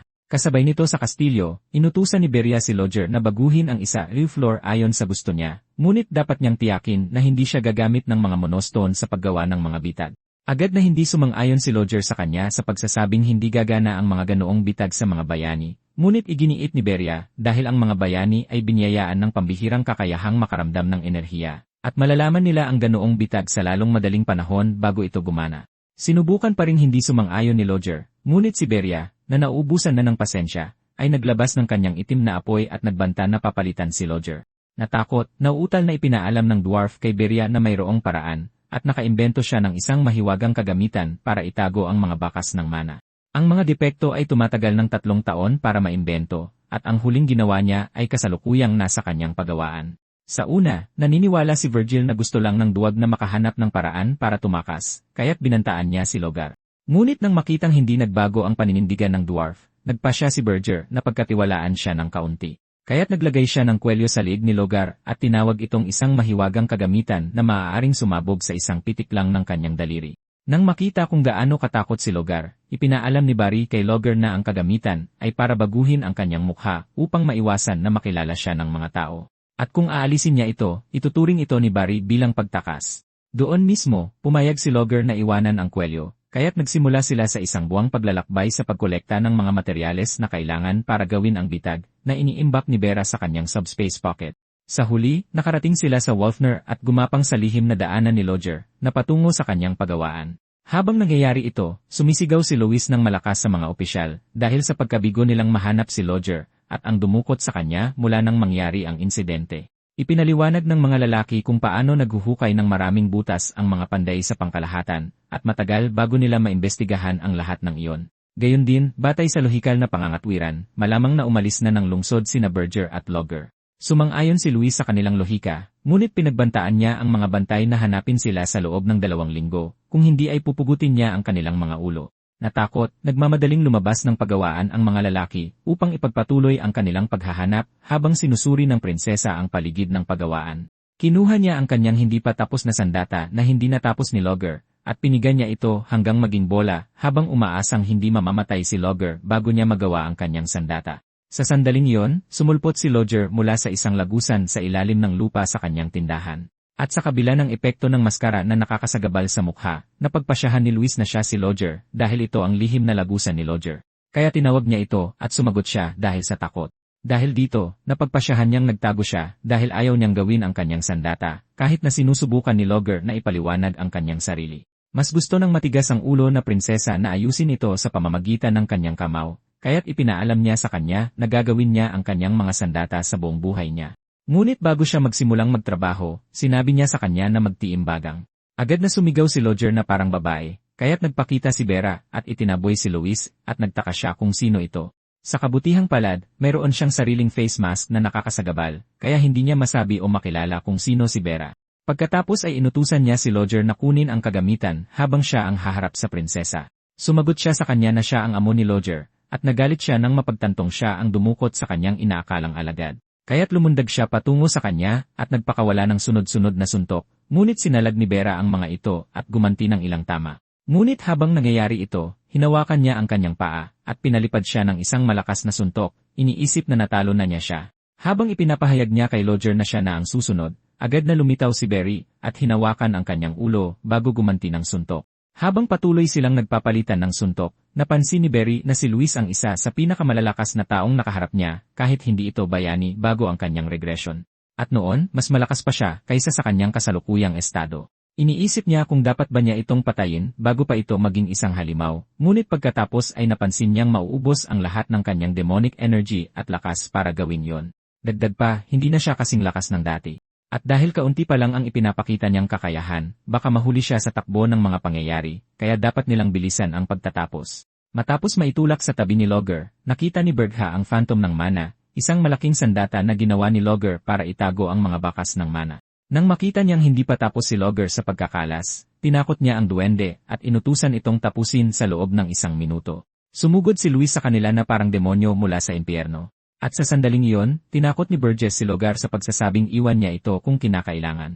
Natakot nito ang panday, kaya binilisan niya ang kanyang kilos. Pagkatapos ay naghanda si Beria na ipagpatuloy ang kanyang laban sa halimaw, habang iniisip na hindi niya alam kung gaano niya ito katagal mapipigilan nang wala ang kanyang tunay na lakas at demonic energy. Habang naglalaban sila, nanumpa si Luis na hindi hahayaang makaalis ng buhay si Beria, at babaliin din niya ang mga binti ni Lodger para hindi na ito makatakas. Sumagot si Beria na parang Demon King na ito magsalita, kaya sinabi niyang sumuko na lang ito dahil kukunin niya si Lodger at ang kagamitan. Sa huli, nakalas ito ni Lodger at sumenya siya kay Berger. Pero nagalit si Luisa sa kanya. Ngunit, sa kasamaang palad para sa kanya, nag-iwan siya ng butas, kaya sinipa siya palayo ni Berger. Agad niyang binuksan ang kanyang subspace at itinago ang kagamitan doon bago tumakas kasama si Lodger sa lagusan. Sakto namang dumating ang mga gwardyang duwende para tumulong, pero ininsulto niya sila dahil sa sobrang bagal bago utusan silang habulin sina Lodger at Beria sa lagusan. Sa kanyang pagkagulat, sumabog ang lagusan, at napaisip siya kung talagang ayaw ni Lodger na gawin ang kanyang sandata. Nagalit siya at nanumpa na personal siyang hahanapin sa buong kontinente at pagbabayarin sa ginawa nito. Pagbalik ni Beria sa Tor, ibinaba niya ang kagamitan sa isa roof floor, at si Gordon, na kasalukuyang naglilinis ng Tor, ay mukhang hindi natuwa. Kaya tinanong niya si Berger kung ano ang malaking kagamitan na yon, at sinabi ni Berger na ito ang kagamitang kailangan para pigilan ang mga hero. Sa loob ng ilang segundo, binuo ito ni Lodger. Pagkatapos ay tinitigan siya ni Berger. Umaasang sulit ang aparato, kaya mabilis itong binuksan ni Lodger para patunayang sulit ang monophantom sa lahat ng pinagdaanan. Agad-agad, isang maliwanag na ilaw ang nagmula sa aparato, at nakatanggap si Berger ng isang pop-up kung saan maaari niyang isynchronize ang sandata sa Tor, bagamat magkakahalaga ito ng 10,000 puntos. Kahit na bahagyang lampas lang sa halaga ang mayroon siya, inactivate ni Berger ang synchronization, at agad-agad, kinilala ng aparato si Berger bilang master nito bago lumipat mula sa paggamit ng mana patungo sa demonic energy. Sinubukang tanungin ni Beria si Lodger kung anong nangyari, ngunit tuwang-tuwang itinanggi ng duwende na may kinalaman siya rito, at tinawag niya ang bagong pangyayari na tuklas ng siglo. Nakitang walang alam si Lodger tungkol dito, lumabas si Berger ng kastilyo, at inutusan niya si Hernan na subukang gumamit ng kahit anong spell. Nang mabigyan ng pahintulot, lumikha siya ng kombinasyon ng mga elemento sa napakalaking sukat, at ikinagalit ito ni Gordon na katatapos lang maglinis ng sahig. Habang sinusubukan ni Gordon na patigilin si Hernan, nagulat si Berger na ang ganoong kalakas na spell, na dapat ay mararamdaman kahit sa mga Tor sa labas, ay hindi napapansin. Hindi lang iyon, kundi hindi niya makita o maramdaman ang presensya ng sinuman sa Tor. Nagpasya si Berger na gamitin ang Magic Phantom device sa pamamagitan ng pagmamanipula sa Thor, at sa kanyang pagkagulat, tuluyan niyang binura ang presensya ng Thor. Pagkatapos ay ibinalik niya ito at napansin na mayroon siyang bagong kakayahan na magagamit niya para linlangin ang mga hero, bagamat nauubos nito ang kanyang demonic energy. Nang maglaon, pagbalik niya sa kastilyo, nakita niya si Logger na kumikilos na parang demonyong gustong paghiwa-hiwalayin ang Magic Phantom at ang Thor para makita kung gaano sila konektado. Kaya pinayagan niya si Logger sa kondisyon na mangyayari ito pagkatapos mapatay ng sandata ang mga hero. Habang ganado si Logger at ipinagdarasal ang pagbagsak ng mga hero, sinabi ni Beria kay Hernan na kakailanganin niyang harapin ang mga hero na aakyat sa 4th floor. Nagulat siya dahil isa siyang prinsesa, ngunit habang ipinapaalala niya na isa siyang henyong spiritist na ayaw nang bumalik sa palasyo, iniisip ni Beria na hindi makatwiran ang kanyang alok dahil ang hilingin siyang lumaban ay sobra para sa isang prinsesa. Ngunit ginulat siya ni Hernan nang magsimula itong magsalita tungkol sa kung anong elemento ang pinakamainam na gamitin laban sa kanilang mga kalaban. Nagulat, sinabi ni Beria sa kanya na ang kailangan lang niyang gawin ay ipakita sa mga hero na kaaway siya, at kung maging maayos ang lahat ayon sa gusto niya, tutuparin niyang muli ang kanyang hiling. Agad na sumang-ayon si Hernan sa kanya, pero sa kondisyon na ipakikilala siya bilang kanyang tauhan at hindi bilang isang prinsesa. Agad siyang sumang-ayon, nakitang madali itong gawin at ikinatuwa niya ito. Kaya naisip niyang akitin ang mga hero gamit ang kanyang ganda, pero sinabihan siya ni Berger na umayos ayon sa una niyang sinabi. Pagkatapos, bumalik siya sa kanyang upuan at sinuri ang lahat ng kanyang paghahanda para masigurong maayos ang lahat. Pero kahit na ganoon, napansin ni Berger na kahit sa mga paghahanda, hindi niya kayang bawasan ang mga hero ng higit sa kalahati ng kanilang bilang dahil nasa 200 sila, ibig sabihin kailangan niyang lumakas. Kaya inilabas niya ang Hyacinth, na ngayon ay nabahiran na ng demonic energy, at napansin niya na ang mga Spirit Blossom na nabahiran ay epektibo laban sa mga demonyo at kailangan niyang mangolekta pa. Kaya lumabas siya kasama ang prinsesa para maghanap ng mas maraming Spirit Blossom, at matapos maubos ang halos buong araw sa kanilang paghahanap, wala silang nakita. Bigla, isang grupo ng mga pool ors ang lumitaw, at si Berja, nasawa na sa kanila, ay naghandang magpakawala ng impyerno sa mga halimaw, ngunit si Kruto, ang pinuno ng lahi, ay bumati sa kanya at lumuhod bago hilingin kay Berja na tanggapin ang tribu bilang kanyang sarili at kunin sila bilang kanyang kamag-anak. Habang sinasabi nila na ito ay dahil pinagtaksila ng kanilang tribu ang Demon Realm, ngunit handa na silang bumalik sa tamang landas, hindi naniniwala si Berja sa kanilang mga matatamis na salita. Kaya sinabi niya na gusto lang nilang lumakas sa pamamagitan ng pakikipag-alyansa sa kanya dahil mas bagay sila sa Demon Energy kaysa sa Spirit Blossoms. Napagtantong nabisto na sila, inutusan ni Cleotoo ang kanyang mga tauhan na ipakita kay Berger ang mga Spirit Blossom na kanilang nakolekta. Humanga sa mga Orsi dahil hindi lang sila marunong magsalita ng maayos, kundi magaling din makipagnegosasyon, sinita sila ni Beria, at sinabi nila sa kanya na natutunan nilang mas mahalaga ang karunungan kaysa sa lakas. Naramdaman ang kanilang katapatan, inamin ni Berge na gusto niya sila. Kaya't tanging si Kruto lang ang ginawang tauhan ni Berge, at inutusan niya ang Orsi na maglibot sa mga nyebe at palakihin ang kanyang angkan para sa kanya. Pagkatapos ay inutusan niya si Kruto na maghintay sa kanyang mga utos, at kung matutupad niya ang mga ito, gagantimpalaan niya si Kruto ng isang bagay na mas dakila kaysa sa lakas. Habang kinikilala ni Berja si Kruto bilang kanyang kamag-anak at ipinagkakaloob ang kanyang insignia, nagbago ang Orsi at naging mas nakakatakot na nilalang, kaya nagpasalamat si Kruto at ang iba pang mga Orsi, at nanumpa silang maglilingkod sa kanya. Lumipas ang panahon, at hindi lang ang mga paghahanda sa loob ng Thor ang kumpleto, kundi pati na rin sa labas na puno ng mga Poil Orsi.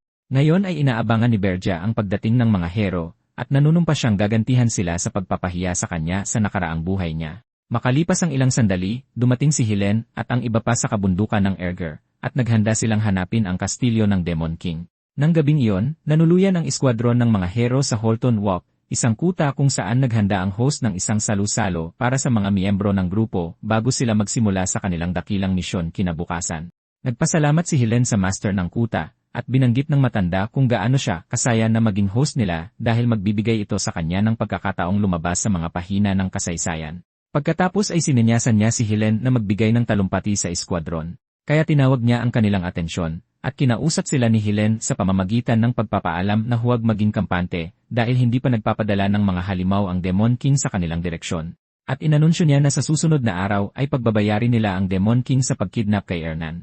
Inudyukan niya sila, at habang pinapanood ni Granada na masayang kumakain sa kanilang handaan, napansin niya na hindi nadagdagan o nabawasan ang kanilang bilang. At dahil kay Helen, sumama sa kanila ang isang grupo ng mga mangangalakal at hindi umalis dahil kinasuhan sila ni Helen. Sa puntong ito, nag-aalala si Granada para sa Thor dahil batay sa laki ng grupo ng mga hero, mayroon silang napakalaking kalamangan laban sa Thor ng Demon King. Kaya napaisip pa siya kung dapat ba niyang patagong alisin ang ilan sa kanila para maging patas ang laban. Ngunit bigla siyang natauhan at napansin na kung magtatagumpay ang pagsugpo, makakalaya na siya kay Beria. Naguguluhan sa kanyang papel, nagpa siya si Granada na mag-ulat kay Beria, kaya lumabas siya at ipinaalam kay Beria ang kanilang progreso. Nang malaman ni Beria na nakarating na ang grupo sa Holton, inutusan niya si Granada na huwag na siyang kontakin pagkaalis nila, at binalaan din niya si Granada na hindi lang mag-ingat sa niebe habang umaakyat sa bundok, kundi huwag din maging kampante sa gabi. Pagkatapos ay dapat siyang lumayo sa pinto ng kastilyo kapag binuksan ito ng hero. Bago pa makakuha si Granada ng detalyadong paliwanag sa mga babala, lumitaw si Helen. Kaya nagsinungaling si Granada sa hero na nagpapahangin lang siya. Inabutan siya ni Helen ng fruit wine bago tanungin si Granada kung may iniisip ba ito. Nagtanong si Granada kung kaya ba talaga nilang talunin ang Demon King, at pinagtawanan siya ni Helen habang inaamin na hindi rin siya sigurado. Nagkwento siya tungkol sa kung paanong ang pagsugpo sa mga Demon King ay palaging impyerno, at ni minsan ay hindi naging madali. Dahil sa kuryosidad, tinanong ni Granada si Helen tungkol sa Demon King of Lost na pinatay niya noon at naniniwalang dahil nasipsip niya ang kapangyarihan nito, dapat ay madali na lang sa kanya ang bagong Demon King. Ngunit nagdilim ang mukha ni Helen habang hinihiling ni Granada na ikwento ang kanyang nakaraang laban sa Demon King of Lost. Masayang sumagot si Helen na ang dahilan kung bakit niya napatay ang Demon King ay dahil mayroon siyang matatapang nakasama tulad ni Granada na lumaban sa unahan para asikasuhin ang mga halimaw. Sa pagkakataong ito, hiniling ni Helen kay Granada na protektahan ang kanyang tagiliran habang siya ang nangunguna at pumayag si Granada.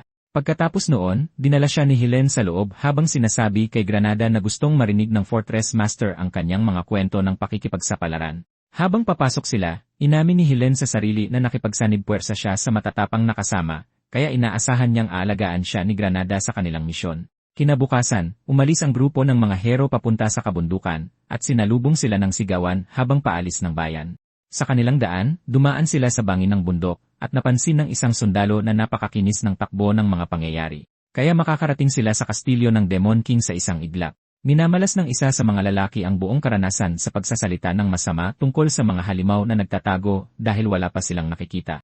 At sa kanilang pagkagulat, isang laway ang tumulo mula sa itaas. At nang tumingala sila, nakita nila ang isang kawan ng malalaking ghoul sa mga bangin, kaya pumuesto sila sa pormasyong pandigma at nilabanan ang mga halimaw. Bigla, isang higanteng yelo ang lumitaw sa harap ng bangin, kaya sinabihan ni Helen ang iba na umatras. Nang suriin ni Helen ang higante, sinabihan niya si Wharton na ilabas ang iba sa bangin habang siya ang haharap sa Frost Giant ng mag-isa. Sa isang kilos, lumundag siya sa napakalaking kalansay habang iniisip na hindi ito maaaring maging mas malakas kaysa sa Demon King of Lost. At habang sinusubukan siyang ihampas ng nilalang sa pader, lumapag si Helen sa braso at sumugod diretsyo sa higante. Pagkatapos ay nagpakawala siya ng isang slash attack na tumumba rito, at sa sandaling iyon, inutusan niya ang kanyang mga tauhan na umalis sa bangin habang bumabagsak ang higante para harangan ang daan ng mga ghoul. Mabuti na lang, karamihan sa kanila ay nakalabas ng buhay, at habang naghahabol ng hininga, napansin nila na hindi kasing hirap ng kinakaharap nila ang Thor ng nakaraang Demon King. Gayunpaman, pinuri nila si Hilon dahil sa kaunting nasawi sa kanila. At matapos kumalat ang chismis kung paano niya tinalo ang Demon King of Lost at sinipsip ang kapangyarihan nito, lahat ng kalalakihan ay nagtiwala sa hero, at maging si Granada ay inisip na pabor kay Helen ang laban. Sakto nang iniisip ng mga kalalakihan na magpalakas, natanaw nila ang isang grupo ng mga pure ores na hindi kalayuan. Kaya naghanda si Helen na puksain sila dahil medyo mahina sila, ngunit pinigilan siya ni Granada matapos makarinig ng isang tunog. Bigla, naalala niya ang naunang babala ni Birch tungkol sa niebe, at narinig niya si Kroto na nagdeklara na hindi makakarating ang grupo sa Thor. Agad-agad, nagsimula ang isang avalanche, at minumura ni Granada si Beria dahil hindi niya alam kung paano iwasan ang paparating na niebe, kaya sumigaw siya sa lahat na tumakbo. Samantala, pinapanood sila ni Beria ng may katuwaan, at nanumpa siyang tutugisin ang mga hero sa pagkakataong ito. Habang inoobserbahan ni Beria ang grupo, napansin niya na nabalaan na niya si Granada tungkol sa niebe, na ginamit ng mga pool ores para magdulot ng avalanche. Tinangay ng atake ng niebe ang mga bayani sa malayong ibaba ng lambak kaya kinailangan nilang mag-regroup para hanapin ang mga nagkahiwalay na unit. Pagsapit ng gabi, nagdala ang mga Orsi ng mas maraming ghoul at Frost Giant para salakayin ang iskwadron ng mga bayani, at nagpatuloy ang ganitong pattern ng pag-atake sa loob ng 3 araw. Sa ikatlong araw, ang populasyon ng iskwadron ay nabawasan mula sa mahigit 500 miyembro hanggang sa halos kalahati nito. Sa mga oras na yon, nahirapan ang grupo na maabot ang isa sa mga tuktok ng bundok, ngunit nang hanapin nila ang kastilyo ng Demon King, hindi nila ito nakita. Kaya't nawala ng pasensya si Helen at sumigaw sa sobrang inis. Nang makita kung gaano kawalang saysay ang kanilang layunin, inanunsyo ni Wharton sa ngalan ng kanyang mga tauhan na babalik na siya kasama sila. Sinubukan ni Helen na tumutol, ngunit nanatiling matigas si Wharton at ipinaalala sa bayani na mahalaga ang buhay ng kanyang mga tauhan. Makalipas ang 6 na araw, ang grupo na may mahigit 200 miyembro ay halos 50 na lang dahil sa malaking pagkakawatak-watak. Ngunit sa wakas ay natanaw na nila ang kastilyo ng Demon King na nakatago sa lamba. Dahil nakikita na ang kanilang layunin, nagmadali sila papunta sa pinto ng kastilyo.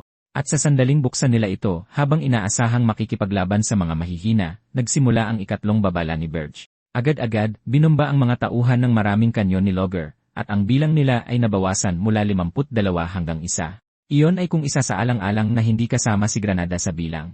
Gulat na gulat, nagpasuray-suray si Helen sa roof floor, at sumigaw siya ng buong lakas, nagtataka kung bakit hindi naaayon sa plano ang lahat tungkol sa bagong Demon King. Pagkatapos ay nakita niya si Granada na nakaiwas sa mga kanyon sa tamang oras. Kaya sinabi ni Helen kay Granada na sumama sa kanya sa upper floor, at kahit dalawa lang sila, kaya nilang talunin ang Demon King. Nakuha niya ang kapangyarihan ng Demon King of Lost. Nang makarating sila sa 2 at 3 floors, nainis si Helen nang malaman niyang walang laman ang lugar, at nagtaka siya kung bakit hindi naglagay ng mga halimaw ang Demon King kahit na napakarami sa labas. Sa kabilang banda, alam ni Granada kung ano ang susunod na mangyayari dahil walang pagbabago sa mga itaas na palapag. Kaya pagdating sa 4th floor, nagmura si Granada ng pabulong. Samantala, natulala si Helen matapos makita ang tanawin sa unang pagkakataon. Makalipas ang ilang sandali, lumitaw si Hernan na nakasuot ng itim, at ipinakilala niya ang sarili bilang Dark Spiritist na isa sa mga Heavenly King na nagpoprotekta sa Demon King. Sa puntong ito, napahiya si Granada sa kanyang pagpasok at pagganap, kaya nagpasya siyang tahimik na umatras. Natulala, tinanong ni Helen si Hernan kung bakit iba ang itsura niya, ngunit sinubukan niyang patunayan na ibang tao siya, at nagpatawag siya ng lahat ng elemento sa napakalaking sukat para labanan siya. Nang makita ang atake, agad na napagtanto ni Helen na hindi siya kontrolado, kaya naalala niya ang lahat ng hirap na pinagdaanan nila para iligtas siya. Ngunit ngayon, siya pa ang umaatake sa bayaning dumating para iligtas siya. Sa sandaling iyon, nawalan ng pasensya si Helen at idineklara na wawasakin niya ang lahat.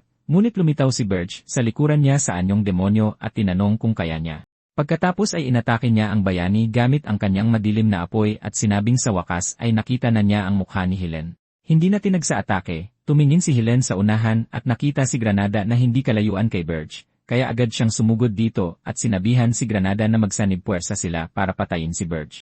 Naguguluhan, tinanong siya ni Granada kung paano, ngunit sa sandaling iyon ay napansin niyang nawawala ang kanyang enerhiya. At habang bumabagsak siya sa lupa, si Helen ay punong-puno na ng mana ni Granada, at sinabi niya sa elf kung ano ang ibig niyang sabihin sa paglaban nilang magkasama. Napagtanto ni Burge na gumamit si Helen ng isang artifact para sipsipin ang mana ni Granada, kaya ipinaliwanag ni Helen na ang artifact sa kanyang daliri, na kilala bilang Elf Eater, ay ginagawang mana ang walang katapusang lakas ng mga elf. Ngunit namamatay ang elf hindi nagtatagal matapos ma-activate ang artifact. Tinapakan ni Helen si Granada habang inilalantad na plano niya talaga itong gamitin sa simula pa lang. At habang napagtanto ni Granada na siya'y pinagtaksilan, umiti si Burge at inamin na gusto niya kung gaano kasama at kababa si Helen. Dagdag pa, idineklara niya na kung matatanggal niya ang artifact sa daliri ni Helen, mawawala ang mga bagong kapangyarihan nito. Ngunit sinabihan siya ni Helen na subukan niya. Tutal, nabigo naman dito ang Demon King of Lost. Agad-agad, tinawag ni Burge si Gordon, at naputol kaagad ang pulso ni Helen. Inabot ng ilang segundo ang bayani para mapagtanto ang nangyari, at nang mangyari iyon, sumigaw siya habang hawak ang kanyang pulso, at nalilito siya dahil hindi niya naramdaman ang presensya ni Gordon. Samantala, si Gordon, ang mataas na rangbong demonyo, ay nakatayo sa likuran ni Helen at sinabihan siyang tumahimik. Kaya't likas na tumalon palayo si Helen, at nahihirapan siyang iproseso kung bakit muntik na siyang mapatay ng isang demonyong mas mababa kaysa sa Demon King. Sa kasamaang palad para sa kanya, hinawakan siya sa balikat ng kanyang pangunahing problema at sinabihan si Helen na hindi siya alis. Lumingon ang bayani at naisip na kailangan niyang umiwas. Ngunit nang makita niya si Burge na may hawak na malaking bola ng demonic energy, napagtanto ni Helen na tapos na siya, kaya tinanggap na lang niya ang kapalaran at tumitig habang sinasabi ni Burge na oras na para mabugbog. Ibinato ng Demon King ang dambuhalang bola ng madilim na apoy kay Helen at nagdulot ito ng malaking pagsabog. Matapos mawala ang usok, bumalik si Burge sa kanyang anyong tao, at pinuri niya si Helen sa pagtitiis pa rin. Kaya inutusan niya si Gordon na ikulong si Helen pati na rin ang ibang mga tao na natumba ng armas ni Logger. Si Granada naman ay nasilayan na ang tarangkahan ng langit, ngunit iniligtas siya ni Burge sa pamamagitan ng pagbibigay sa kanya ng isang spirit blossom. Nagising siya at nakita rin niyang nag-abot si Burge ng isa pa kay Hernan bago sabihin kay Logger na gawin ang gusto niya sa Thor. Matapos batiin ang lahat para sa kanilang magandang trabaho, sinabihan sila ni Burge na ipagpatuloy ang pagbabantay sa kanilang mga palapag at umalis siyang parang walang pakialam. Pinanood siya ni Granada ng may paghanga at pinuri siya sa madaling pagtalo kay Helen, ngunit pinagmasdan ni Hernan si Burge sandali at naghinalang pagod ito. Pagdating ni Burge sa 5th floor, bumagsak siya sa sahig at naghabol ng hininga, napansin na halos sumuko na siya pagkatapos ng laban. Ang bumabagabag kay Burge ay ibinigay niya ang lahat ng kanyang lakas laban kay Helen, isa sa pinakamahihinang miyembro ng isa Zero Stars na mga bayani sa buong kontinente, at hindi niya ito napatay. Ito ay resulta ng hindi paggamit ni Burge ng maraming demonic energy dahil sa kakaunting puntos na mayroon siya. Kaya kinailangan niyang isagawa ang kanyang plano sa paraan na mapagod niya si Helen sa isip at pisikal bago siya galitin at maging dahilan para kumitid ang kanyang pananaw. Gayunpaman, namangha si Burge dahil nakamit niya ang isang perpektong tagumpay nang hindi umaasa sa mga pamantayan ng Demon King. At sa paggawa nito, ipinapakita nito na kayang baguhin ni Burge ang tadhana at maghiganti sa mga bayani. Nang makabalik si Wharton at ang kanyang mga tauhan sa Holten Walk, nagsagawa ng press conference ang mga tao na humihingi ng paliwanag sa nangyari. At nagalit sila nang malaman na bumalik ang grupo ng mga bayani dahil hindi nakita ang kastilyo ng Demon King. Ito ay dahil sa pagsisikap, pag-asa, at pamumuhunan na ibinuhos ng maraming tao sa mga bayani. Kaya habang sinisisi sila, nagsalita si Wharton at sinabing hindi pa bumabalik si Helen, at hinahanap pa rin niya ang Thor, kaya dapat siyang hintayin. Sa loob ng maikling panahon, kumalat ang balita sa buong kontinente, at ikinagalit ito ng hari ng Hilderan dahil hindi bumalik ang mga bayani kasama ang kanyang anak. Si Louis naman ay walang pakialam at hinahabol pa rin niya si Logger. Hindi nagtagal na baluktot at lumaki ang kwento. At habang nagkakalat ang mga tao ng chismis tungkol sa pagkamatay ni Helen, nalugmok sa kalungkutan ang mundo at pinalakas ng negatibong enerhiya ang demonic points ni Burge. Sa panahong iyon, ipinatawag si Wharton sa Heroic Assembly. At nang makumpirma nilang hindi pa bumabalik si Helen o wala silang natatanggap na balita tungkol sa lokasyon ni Burge, nagpasya silang maghintay ng 10 araw, umaasang babalik si Helen. Tutal, isa siya sa isa Zero Stars. Ngunit kung hindi bumalik si Helen pagkatapos nyon, plano nilang tipunin ang lahat ng 4,728 na bayani sa kontinente para maglunsad ng isang malawakang pag-atake upang puksain ang bagong Demon King. Kalaunan sa mga piitan ng kastilyo, tiningnan ni Burge si Helen, at nakita niyang magaling na ang karamihan sa kanyang mga sugat. Kaya habang nag-uusap si Burge ng walang direksyon, sinabi ni Helen na diretsuhin na siya dahil walang saysay na iligtas pa siya. Nagpasya si Burge na diretsuhin na, kaya hiniling niya kay Helen na maging kanyang basalyo. Naguguluhan, sinabi ni Helen na hindi niya inaasahan ang ganoong alok. Ngunit naghulog si Burge ng isang sako ng gintong barya, at sinabi kung gaano kamahal ang pagpunta sa Thor, at kung paanong karamihan sa mga gastos ay sinasagot ng mga grupo ng mga ngalakal at mga maharlika. Sa kasong matalo ng mga bayani ang Demon King, magbabago ang kanilang buhay magpakailanman. Ngunit kung sila ay mabigo, magkakaroon sila ng malaking utang na babayaran. Sa sitwasyon ni Helen, lahat ng pamumuhunan ay nasa kanya. At ngayong nabigo na siya, napagtanto ni Helen na malaki ang kanyang problema. Kaya kahit makatakas siya sa Thor, tatawagin siyang bigong bayani at pagbabayarin ng buwis para sa lahat ng utang na naipon niya. Nang malaman ni Helen na si Granada ang nagsabi kay Burge tungkol sa kanyang sitwasyon, tinawag ni Helen na taksil si Granada, at ito ang nagpagalit kay Granada. Kaya sinigawan niya ang nag-aakusa sa kanya bago ibunyag na palagi siyang nasa panig ni Burge. Pagkatapos ay nagsalita si Burge, sinasabing ang dahilan kung bakit nabigo ang mga bayani ay dahil walang Demon Lord na katulad niya. Ngunit hindi magtatagal, masasanay din ang mga bayani sa kanyang mga taktika, at para doon, kakailanganin niya ang isa sa pinakamalakas na bayani upang makialam sa kanilang mga plano para pigilan sila. Sinabi ni Burge ang lahat ng ito habang ipinapakita ang orb ni Armani, isang bagay na ginagamit para subaybayan ang isang nasasakupan at makakatulong sa mga amo na malaman kung may galit sa kanila ang nasasakupan para madali nila itong mapatay. Sinasabihan niya si Helen na huwag lumaban, ngunit sinabi ni Helen na agad itatanggi ng kanyang katawan ang orb kapag nalunok na.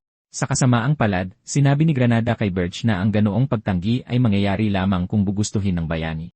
Kaya't isinubo na lang ni Burge ang orbi sa lalamunan ng bayani, at habang nagsisimulang umepekto ang orbi, tinanong ni Granada kung ano ang gagawin ni Burge kung mamatay si Helen dahil sa pagtanggi sa orbi. Ngunit tiniyak sa kanya ni Burge na hindi iyon mangyayari dahil ang huling bagay na pipiliin ng isang basura tulad ni Helen ay ang isakripisyo ang sarili. Agad-agad, inirehistro ng orbi si Helen bilang basalyo ni Burge, at sinumpa ni Helen ang sarili sa pagpili na manatiling buhay. Kalaunan sa araw na yon, nakipag-usap si Birch kay Gordon, na nagsabi kung paanong ang pagiging bagong basalyo ni Helen ay magiging mahigpit dahil sa 100,000 gintong utang sa kanyang ulo. Kaya habang ipinapaalala niya kay Birch kung gaano kaliit ang mga bariyang nakuha ni Birch mula sa pagbebenta ng kanyang demonic energy kumpara sa utang ni Helen, nagtaka si Gordon kung paano plano ni Birch na makalikom ng mas maraming pera. Doon niya nakita si Birch na nakangiti sa kanya, at ipinaalam na malapit na siyang makatanggap ng mensahe tungkol sa Unison of Towers, isang pagtitipon ng mga Demon King na ginaganap isang beses sa isang taon. Sa nakaraang buhay ni Birch, hindi siya dumalo sa pulong dahil binaliwala niya ito. Ngunit ngayon naniniwala siya na ang mga Demon King na mas matagal nang namumuno kaysa sa kanya ay magkakaroon ng maraming ginto sa kanilang mga kayamanan.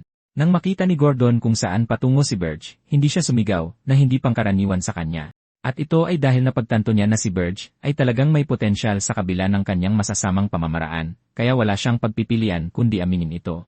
Bigla silang nakatanggap ng mensahe, at nang malaman ni Birch na isa itong imbitasyon sa Unison of Towers, sinabi niya kay Gordon na sumunod sa kanya dahil lolokohin nila ang kanyang mga senior na Demon King. Dumating si Birch sa Tower of Lies, at pagdating niya sa 13 floor, nakita niya ang lahat ng Demon King na nakaupo na, at tinanong niya sila kung marami silang pag-uusapan tungkol sa kanya. Nang makita siya ni Draxon, galit na tinawag ni Draxon ang pangalan ni Birch. Ngunit si Reyna, ang Demon King of Winters, ay malamig na tinawag si Birch na pinag-uusapan ng lahat. Si Ugar, na siyang Demon King of Indestructibility, ay masamang tumingin kay Birch matapos maalala kung paano ininsulto ni Birch ang mga pamantayan ng Demon King. Sa huli, si Jason, ang Demon King of Lies, ay masayang tinanggap si Birch. Ngunit tinawag silang lahat ni Birch na mga hangal, inaakusahan silang dinudungisan ang kanilang titulo. Habang sinusubukan niyang galitin sila, sinigawan ni Ugar si Birch dahil sa pakikialam sa kanilang mga usapin kahit nabaguhan pa lang. Mula sa reaksyon ni Ugar, masasabi ni Birch na gusto siyang patayin ni Ugar, kaya lalo pa niyang pinukaw ang galit ng Cyclops. Ngunit pumalakpak ng isang beses si Jason para pigilan sila sa pag-atake sa isa't isa. Tapos sinabi niya sa kanila na dapat silang magtulungan at huwag mag-aksaya ng oras ng sinuman. Nagulat na natanggal ni Jason ang kanilang hangaring pumatay sa isang palakpak lang. Nagtaka si Berja kung paano ito nagawa ni Jason, at hindi siya sigurado kung ito ba ay likas na kakayahan ni Jason o dahil sa mga Thor. Habang bumabalik sila sa kanilang mga upuan, nakatuon si Berja sa kakayahang iyon na inihambing pa niya sa Magic Phantom na nakasynth sa kanyang sariling Thor. Kaya pinili niyang manatiling alerto. Pagkatapos ay sinimulan ni Jason ang pulong sa paghingi ng kanilang opinyon. At dahil walang tumatangging magsalita, nagsimula si Draxon sa pagtatanong kay Berja kung nasaan si Helen. Samantala, sa reception room, tinanong din ng mga katulong ni Draxon at Jason si Gordon ng parehong bagay. Ngunit nagsinungaling si Gordon sa kanila na hindi pumasok si Helen sa tour ni Beria, at malamang ay gumagala-gala lang siya. Hindi sila naniwala sa kanya sa una at sinabing dapat nakita ni Helen ang kanilang tour mula sa malayo. Ngunit pagkatapos ay ibinunyag ni Gordon na hindi sinunod ni Beria ang anumang payo mula sa pamantayan ng mga Demon King. At nang maalala nila kung paano kumilos si Beria noong araw ng kanyang koronasyon, naintindihan nilang lahat. Nagulat na lahat ng mga katulong ay gustong malaman ang tungkol kay Helen. Naaalala ni Gordon kung paano siya binalaan ni Beria na manahimik tungkol kay Helen dahil kailangan siya ni Beria bilang espiya. Kinumpirma ng kanilang kilos ang teorya ni Beria, at kahit humanga si Gordon sa ugali ni Beria, nagreklamo siya sa iba kung paanong si Beria ay isang tinik sa kanyang lalamunan. Habang ginagawa iyon, nakaramdam siya ng labis na kasiyahan tulad ng karamihan sa mga babae kapag nagrereklamo sila tungkol sa kanilang asawa. At sa kanyang pagkagulat, nakarelate sa kanya ang ibang mga katulong, at nagreklamo rin sila tungkol sa kanilang mga amo. Doon, napagtanto ni Gordon na ang kailangan niya lang pala ay emosyonal na suporta. Pabalik sa meeting room, ipinaalam ni Berger sa kanila na hindi nakarating si Helen sa kanyang kastilyo dahil hindi niya ito itinayo sa tuktok ng mga bundok. At habang unti-unti nilang pinaniniwalaan ang kanyang kasinungalingan, tinanong ni Jason si Berger kung hinahanap pa rin ni Helen ang kanyang Thor dahil isang kahangalan para kay Berger na iwanang walang depensa ang kanyang Thor at dumalo sa isang pulong. Dahil karaniwang kaalaman na para sa kanila. Na malaman na ang isang Demon King na mawala ng Thor ay haharap sa isang kakilakilabot na katapusan. Agad na sinabi ni Berger kay Jason na huwag makialam sa kanyang mga usapin. Tutal, mayroon siyang sariling paraan ng pagtatanggol sa kanyang Thor, at napansin niyang iniinis siya ni Jason.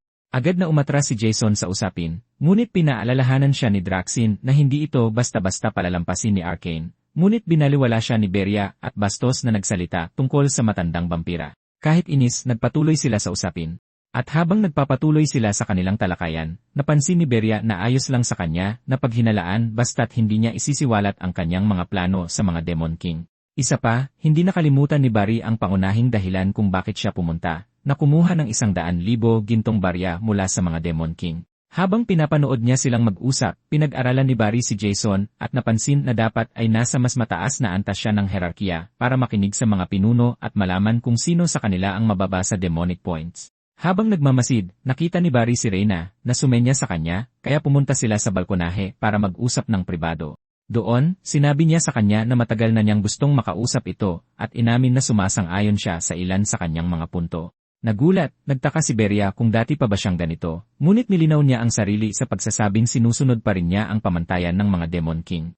Ngunit nararamdaman niya na kailangang maging flexible ang mga Demon King sa Aryan. Sinuri niya ito at sinabing mas maganda ang itsura nito kaysa sa inaakala niya matapos siyang makita ng personal. Kaya ibinigay niya ang kanyang personal na transmitter para makapag-usap sila kung kailangan niya ng payo. Ngunit ang kondisyon ay hindi niya insultuhin ang mga pamantayan sa harap mismo niya kung gusto niyang makisama siya. Habang pabalik siya sa Thor, tinanong siya ni Verja tungkol kay Jason, at sinabi niyang hindi niya ito mabasa, at mas magaling ito kaysa kina Draxen at Ugar. Bago bumalik sa Thor, napansin ni Beria na hindi pa niya lubos na mapagkakatiwalaan si Reyna, ngunit tinawag niya itong isang hindi inaasahang pakinabang. Pabalik sa kanyang Thor, naghahanda si Hernan ng maraming cookies, kaya pinatikim niya si Logar ng isa. Nang malaman niyang nakuha ni Beria ang kanyang mga sangkap gaya ng hiningi niya, nagpasya siyang tikman ito habang umaasang pupurihin siya anuman ang lasa nito dahil hindi siya sanay magluto. Ngunit nagulat siya nang matikman ang napakasarap na lasa nito at gumalaw ang kanyang mana. Kaya nang tanungin siya tungkol dito, pinuri niya ito at masayang sinabi nito na nilagyan niya ng spirit blossoms ang masa. Lubos na nagulat, tinanong ni Logar kung bakit siya gumamit ng isang bagay na napakahalaga, ngunit tinawag itong regalo ni Hernan para manatili silang malapit sa isa't isa. Magkikita pa sila ng matagal. Pagkatapos ay umaasa siyang magugustuhan ni Granada at Berja ang mga cookies. Samantala, sa Thor ng kasinungalingan, bumalik si Berja sa mesa ng pulong, at si Jason na lang ang nakita niya roon. Kaya nalaman niyang nakaalis na ang iba. Tinanong ni Jason kung gusto nilang magsaa dahil kailangan nilang mag-usap, nagulat si Berja. Kaya nagtaka siya kung ano ang dapat nilang pag-usapan. Pagkatapos ay ibinunyag ni Jason na alam niyang nangangailangan si Berja ng pera ng mga tao, at ikinagulat ito ni Berja, kaya tinanong niya si Jason kung ano ang ibig sabihin nito. Nang marinig ang mga salitang iyon mula kay Jason, lubos na nagulat si Berger habang nag-iisip kung saan posibleng tumagas ang ganoong impormasyon. Dahil ayaw niyang ibunyag ang kanyang mga intensyon, agad niyang tinanong kung ano ang pinagsasabi ni Jason. Ngunit sinabi sa kanya ni Jason na walang saysay na magpanggap dahil sinabi na sa kanya ni Draxon kanina. Pagkatapos ay dumiretso siya sa punto at nag-alok kay Beria ng malaking halaga ng pera ng tao kapalit ng demonic energy points. Kahit na nangyayari ang mga bagay ayon sa gusto ni Beria, hindi niya maalis ang pakiramdam na ang hari ng kasinungalingan na nagpapakilalang nasa panig niya ay malamang may ibang motibo. Gayunpaman, lubos niyang kailangan ang pera, kaya wala siyang pagpipilian kundi ituloy ang transaksyon. Matapos makumpleto ang transaksyon, bumalik si Berja sa kanyang mansyon dala ang pera at inalok kay Helen ang napagkasunduang halaga. Nang makita ang pera, nagulat si Helen sa katotohanang tinupad ng Demon King ang kanyang bahagi ng kasunduan. Pagkatapos ay hiniling ni Berger sa kanya na gawin ang lahat para itago ang pinagmulan ng pondo. Naniniwala siya na kung mararamdaman ni Jason ang daloy ng pera at malalaman ng husto ang kanilang mga kilos, magiging parang mga puppet na lang sila sa kanyang mga kamay. Kaya napagpasyahan niya na ang pinakamahusay nilang gawin ay kumilos ng maingat hanggat maaari. Tulad ni Hilan, ginawa rin ni Berger ang natitirang mga nakaligtas na tao na kanyang mga Black Knight at Mage. Pagkatapos ay inutusan niya si Hilan na gamitin sila para palagin ang pera dahil na-program na niya sila na sundin ang kanyang mga utos hanggang sa huli.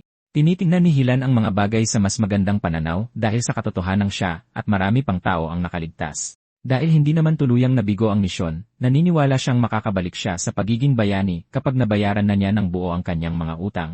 Pagkatapos ay naging mayabang siya at inabot ang kamay kay Berger para gunitain ang tinatawag niyang kanilang business partnership. Sa sandaling iyon, sumabog si Berger. Habang nagdudulot ng matinding sakit sa bayani dahil sa kayabangan nito, nilinaw niya na wala sila sa anumang uri ng partnership at dapat alamin ni Helen ang kanyang lugar at kumilos bilang isang tunay na alipin. Pagkatapos ay inutusan niya itong umalis habang nagpapaalam siya. Bago umalis si Helian, nilapitan siya ni Hernan at inabutan ng sulat na gusto niyang ipadala kay Elena, ang ika-13 prinsesa. Sa inis, tinanong niya kung bakit siya pumanig sa Demon King, sinisisi ito sa pagpapahiya sa kanya hanggang sa puntong ito. Nang marinig ang kanyang pagreklamo, agad siyang humingi ng paumanhin, ngunit nilinaw sa kanya na wala siyang intensyon na bumalik sa kaharian. Binanggit niya ang isang lihim ng kaharian ng Helduran, na tila alam din ni Helen, ngunit inakala niyang mga maling tsismis lang iyon hanggang sa sandaling iyon. Nang makumpirmang totoo ang mga tsismis, sa wakas ay naintindihan na niya ang mga kilos ng prinsesa at pumayag na tulungan siyang ihatid ang kanyang sulat. Nang umalis si Helen at ang iba pang mga tao, hinarap ni Gordon si Berta at ibinahagi ang kanyang mga alalahanin tungkol sa pagsuway ng bayani sa kanyang mga utos. Pagkatapos ay itinuro ni Berta na hindi tulad ng karamihan sa ibang tao, hindi taglay ni Helen ang kabastusan ng tao na nagiging dahilan para maobses siya sa pera, bagkus ang tila hinahanap niya ay kasikatan. Pagkatapos ay sinabi niya na sa isang taong may ganoong klaseng sigasig sa ilalim ng kanilang kontrol, siguradong makakamit nila ang kanilang mga layunin sa pinakamahusay na paraan. Hindi nagtagal, lumitaw si Ernest at nagtanong kung gusto nilang tikman ang kanyang mga cookies. Nang makita siyang kaswal na pumasok, napagtanto ni Berger na naging masyado siyang malambot sa kanya. Pagkatapos ay nagbanta siyang ikukulong ito sa ilalim ng lupa sa loob ng isang buong buwan kung pangit ang lasa ng cookies. Walang pakialam, sinabi ni Ernest na tikman niya para malaman. Nang matikman niya ang mga cookies, naramdaman ni Barrett ang labis na kaligayahan na dumadaloy sa kanyang katawan at halos mawala sa sarili, ngunit nagawa niyang kontrolin ang kanyang sarili. Napagtanto na hinaluan niya ng spirit blossoms ang mga sangkap ng cookies, napagpasyahan niyang sinusubukan siyang utangan ng pabor, kaya tinanong niya ito tungkol dito. Samantala, ligtas na bumaba ang hero party ni Helen sa ilalim ng escort ni Kruto. Pagdating sa Holton, agad silang umalis patungo sa kaharian ng Hildren sa pamamagitan ng isang teleportation magic circle. Si Granada naman ay bumalik sa headquarters ng Scarlet Hawk Mercenary Guild para magtatag ng disiplina sa mga deserter. Pinarusahan niya ng matindi ang mga tauhan dahil sa pag-iwan sa kanya, ang kanilang kapitan, at pagtakas na parang mga duwag para iligtas ang kanilang mga kaawa-awang buhay.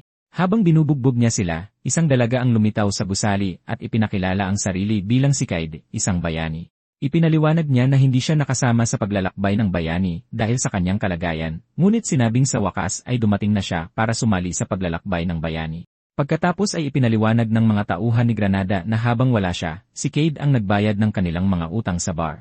Nagpasalamat si Granada sa pagbabayad niya ng mga utang, ngunit ipinaliwanag na tapos na ang paglalakbay ng bayani at nakaalis na si Helen sa Holten Walk. Nang marinig ito, nagalit si Kaede at humingi ng mga detalye tungkol sa pagkabigo ng ekspedisyon. Pumayag si Granada na sabihin sa kanya, ngunit ibinunyag lamang ang kung ano ang inutos ni Barry sa kanya. Matapos ibahagi ang kwento, pinasalamatan siya ni Kaede sa kanyang oras at nagpa siya na mag-iwan ng ilang pirasong barya bilang simbolo ng pasasalamat habang siya ay umaalis. Habang siya ay umaalis, sinubukan ng sakim na katulong ni Granada na nakawin ang perang iniwan ni Cade habang gumagawa ng mga kalokohang komento tungkol sa kanya, ngunit nahuli siya kaagad. Nang umalis si Cade, napansin ni Granada ang isang grupo ng mga bantay na nag-escort sa kanya. Kakatwa, kahit na naka-full armor sila, hindi niya marinig ang kanilang mga yapak, kaya nagpasya siyang itago ang kanyang pagkakakilanlan at lihim silang sundan. Mula sa kanyang pinagtataguan, nalaman niya na isa siyang prinsesa na handang isuko ang lahat para lamang sa layuning maging isang bayani. Sa sandaling iyon, naramdaman niya ang isang talim sa kanyang leeg mula sa kung saan. Isang boses ang umalingaw-ngaw mula sa likuran habang isang makapangyarihang bantay na kumpleto sa gamit ang nagtanong kung sino siya at bakit niya sinusubaybayan ang prinsesa, na para bang hindi pa yon sapat. Tinanong din ang bantay kung bakit siya gumagamit ng kahina-hinalang mahika, sinusubukang alamin kung espiya ba siya mula sa ibang kaharian. Dahil ayaw matuklasan bilang espiya ng Demon King, nag-isip ng mabuti si Granada kung ano ang gagawin. Ngunit bago pa niya maipaliwanag ang kanyang sarili, itinuring siyang banta ng bantay at nagsimulang umatake. Nang makarinig ng malakas na pagsabog, lumingon ang ibang mga kabalyero at nakita si Granada na sinusubukang tumakas, kaya inakala nilang isa siyang assassin at agad siyang inatake. Naipit sa sitwasyon, napansin ni Granada na siya lang ang elf sa Horton Walk, na nangangahulugang madali siyang makikilala kung gagamitin niya ang kanyang kapangyarihan. Ngunit kung hindi niya alam kung makakatakas siya ng ligtas mula sa mga kabalyero. Binalaan ng mga bantay ang kanilang prinsesa na umatras, ngunit iginiit niyang isa siyang hero, at sabay-sabay nilang inatake si Granada. Doon, nagpasya siyang gamitin ang kanyang kapangyarihan, ngunit biglang lumitaw ang mga itim na apoy na pumigil sa kanyang mga kaaway, at nakita niya si Beria, na nagtanong kung bakit siya nagpapabaya. Nakita ng iba si Beria at napagtanto na siya ang Demon King, ngunit nainis si Granada sa kanya sa pag-aakalang nagpapabaya siya gayong sinusubukan niyang tumakas. Agad na napag-alaman ng mga kabalyero na dumating si Beria para dukutin ang kanilang prinsesa, kaya't humanda sila at naghandang ialay ang kanilang buhay para protektahan siya. Si Jaspin naman, sinabihan sila na ito na ang kanilang pagkakataong mahuli si Beria, at hindi sila dapat mag-alala sa kanya. Nagulat, sinabi ni Beria na hindi niya alam na may prinsesa sa bayan, ngunit hindi naniwala sa kanya ang mga lalaki. Kaya tinanong siya ng lahat, kasama si Granada, kung bakit siya naroon, at sinabi ni Beria na nagkataon lang na may inaasikaso siya, na ikinagulat at ikinasigaw nila. Kanina lang, pagkatapos matikman ang cookies, tinanong ni Bergie si Hernan kung ano ang gusto niya, at sinabi niyang kunin ang Chenyal powder para sa kanya. Alam niyang ginagamit ang pulbos para sa mga spirit contract, na inimbento ng isang elf na nagngangalang Sinyal mga 100 taon na ang nakalipas na kumampi sa kaharian ng mga tao. Inatasan ng hari ang elf na gumawa ng isang supplement na magpapahintulot sa mga tao na mas madaling makipagkontrata sa mga spirit. Si Bergha naman, hindi naniniwalang kailangan iyon ni Erna dahil napakagaling niyang spirit arts user. Ngunit nagkunwari siyang inosente at sinabing halos walang mana sa Thor, kaya mahihirapan siya kung wala ang Sinyal powder. Nabasa ni Bergha ang kanyang balak at nalaman na gustong makipagkontrata ni Hernan sa isang mataas na ranggong bagong spirit. Sa dati niyang buhay, nagawa niya yon sa edad na 27 at nagkagulo ang buong kontinente nang mabalitaan ito dahil ilan lang ang nakakagawa noon. Pero ngayon gusto niyang makipagkontrata 7 taon na mas maaga sa inaasahang panahon. Tumingin siya sa kanya, nagulat na alam niya ang gusto niya dahil binalak niyang sorpresahin siya. Si Beria naman, iniisip kung naapektuhan ba ng Thor ang kanyang pag-iisip kaya niya pinapabilis ang kanyang mga hula. Sa katagalan, hindi niya ito inaalala basta tumataas ang lakas pandigma ng Thor, kaya pinasalamatan niya ito sa pagkain at umalis para kunin ang hiling niya. Sa kasalukuyan, gumagawa siya ng mga itim na apoy at sinasabihan ang mga bantay na may sarili siyang sitwasyon, kaya't tatapusin niya agad ang kanilang laban. Pinakawala ni Beria ang atake, na ikinagulat ni Prinsesa Jispin at winasak ang paligid, ngunit natuwa siya nang makitang nakatayo pa rin ito at nababalutan ng aura. Naglalakad sa unahan ng kanyang mga tauhan, ipinaalam niya kay Beria na ang aura ng isang hero ay may kapangyarihang sirain ang mga demonyo. Iyon ang dahilan kung bakit likas na kalaban ng mga Demon King ang mga hero. Itinaas niya ang kanyang espada habang sumisigaw na ang lugar niya ay hindi sa isang nakakasakal na palasyo kundi sa larangan ng digmaan. Sa isang hagod, ginamit niya ang kanyang ultimate attack, isang Crimson Moon Slash na ayon sa kanya ay ang pinakamataas na antas ng kasanayan na mahirap makamit ng isang eskrimador. Inaamin ni Jespin na dahil sa mababang katayuan ng kanyang bansa, normal lang na ibenta siya bilang asawa sa ibang hari. Ngunit nang maalala na ang kanyang mapapangasawa ay isang matandang hukluban, pinili ni Jespin na lumihis sa kanyang tungkulin at matutunan ang landas ng espada mula sa kanyang Imperial Army. Noon, nagsanay siya hanggang sa magdugo para lang mapalitan ang kanyang titulo mula sa pagiging maharlika tungo sa pagiging hero. Ngayong papalapit ang kanyang atake kay Burya, umaasa siyang mapabagsak ito upang opisyal siyang kilalanin bilang isang tunay na hero, at doon lamang siya makakalaya sa mga utos ng kanyang ama, at siya na mismo ang pipili ng kanyang mapapangasawa. Si Bergie naman ay hindi umiwas sa kanyang skill. Sa halip, sinira niya ang siksik na aura blade na ipinadala sa kanya, na dumurog sa pag-asa ni Justin na matalo siya. Gaya ng dati, nagpatawag si Bergie ng maraming maapoy na atake mula sa langit at inaasahang hindi siya mamamatay mula sa sunod-sunod na pag-atake dahil isa siyang hero. Sa puntong ito, napagtanto niya ang katotohanan na kaharap niya ang isang halimaw na nguminisi sa kanya, na nagsasabing magiging kapaki-pakinabang siya sa maraming paraan dahil isa siyang hero at prinsesa. Pinagpapawisan siya ng todo habang sumisigaw ang kanyang mga tauhan na umatras siya, ngunit huli na sila para pigilan ang mga atake na tumama sa kanilang lahat. Makalipas ang ilang minuto, nagtipon ang mga tao matapos marinig ang mga pagsabog, at naramdaman nila ang natitirang enerhiya ng isang demonyo sa lugar. Nang makita nila ang mga sugatang kabalyero, nagmadali silang gamutin ang mga ito, ngunit ipinaalam ng mga kabalyero na si Prinsesa Jespin ay kinuha ng Demon King.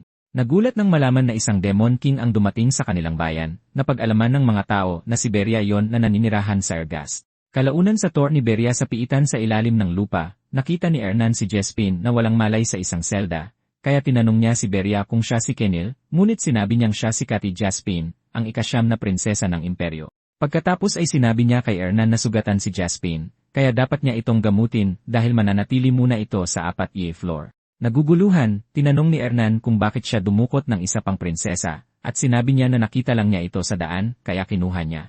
Isa pa, kailangan niyang gawin ang mga ganitong bagay para mapunan muli ang kanyang demonic energy points. Walang kamalay-malay, tinanong niya kung ano ang ibig niyang sabihin, at muntik nang madulas si Barry bago napagtanto na kausap niya ang isa sa kanyang mga bihag. Mabilis niyang itinama ang sarili, sinasabing aalis na siya para kunin ang signal powder gaya ng iniutos niya. Habang ginagawa iyon, iniisip niya kung ang dahilan kung bakit muntik na niyang masabi ang ilan sa kanyang mga sikreto kay Hernan ay dahil naging masyado na siyang komportable sa palaging pagkikita nila. Pagkatapos, kumalat sa buong kontinente ang balita ng pagdukot kay Kede sa Horton Walk. Kaya sa punong himpilan ng mga hero, pinasumpa ng mga hero si Helen para kumpirmahin na hindi niya natagpuan ang Tor ni Beria habang nasa ekspedisyon. Humingi siya ng paumanhin sa kanila sa pagkabigong mahanap ang Tor at nangakong akuin ang buong responsibilidad, ngunit pinalampas nila ito at ipinaalala sa kanya na kung papagalitan nila ang sinumang hero na mabigo sa isang ekspedisyon, walang maglalakas loob na sumali sa susunod. Ibinago nila ang usapan kay Cathy na kamakailan lang dinukot at ipinaalam kay Helen kung paano humihiling ang kaharian ni Jaspion ng isang Heroes Expedition para mabawi ang kanilang prinsesa. Sa kanilang pagkagulat, nagsimula si Helen sa paghingi ng paumanhin para sa sinapit ng prinsesa bago sabihin sa lupon ng mga hero kung paanong hindi niya nahanap ang Tor ng Demon King. Kaya ang paglunsad ng isang ekspedisyon ay hindi isang matalinong hakbang at ang pinakamabuti ay magpadala ng isang maliit na scout team.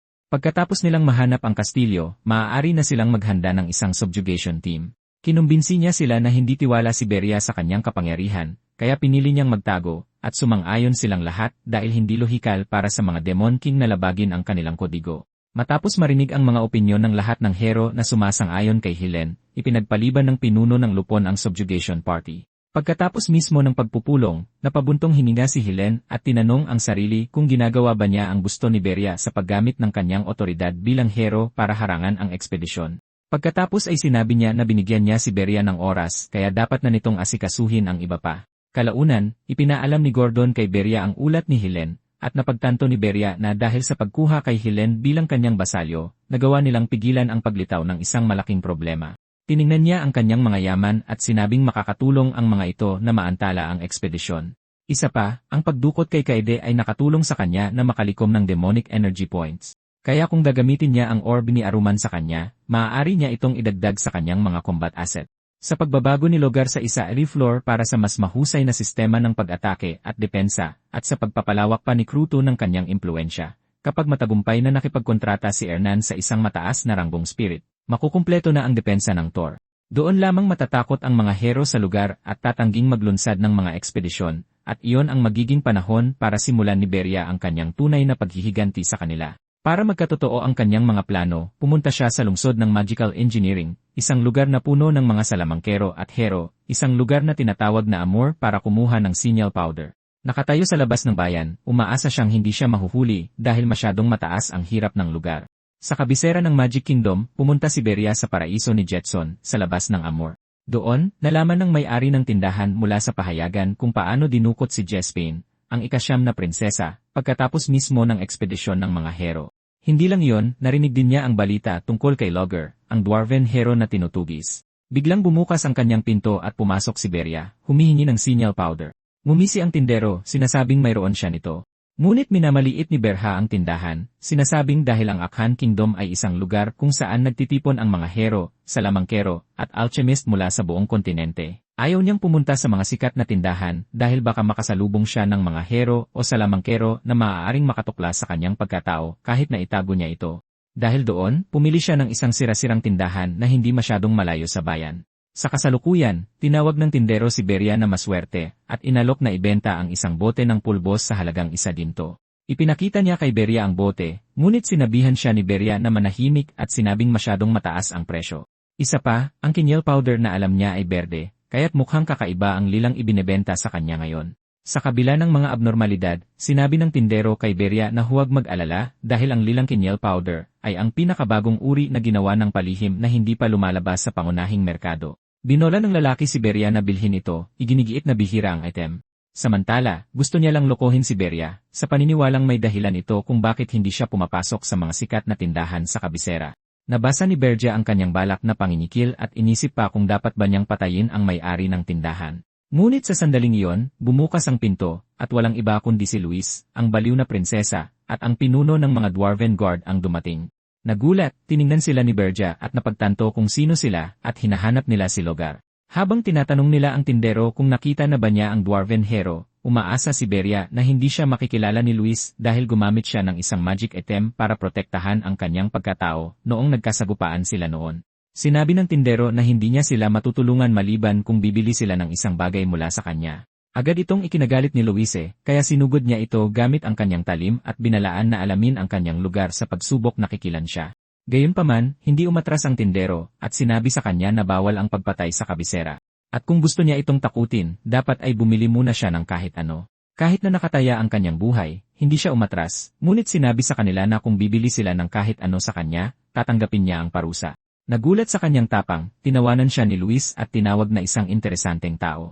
Hiniling niya na ipakita sa kanya kung ano ang mayroon siya, at ipinakita niya sa kanila ang parehong item na sinubukan niyang ibenta kay Beria. Ngunit sa pagkakataong ito, tinawag niya itong Archipowder, sinasabing napakakapaki-pakinabang nito sa mga Dwarven Master.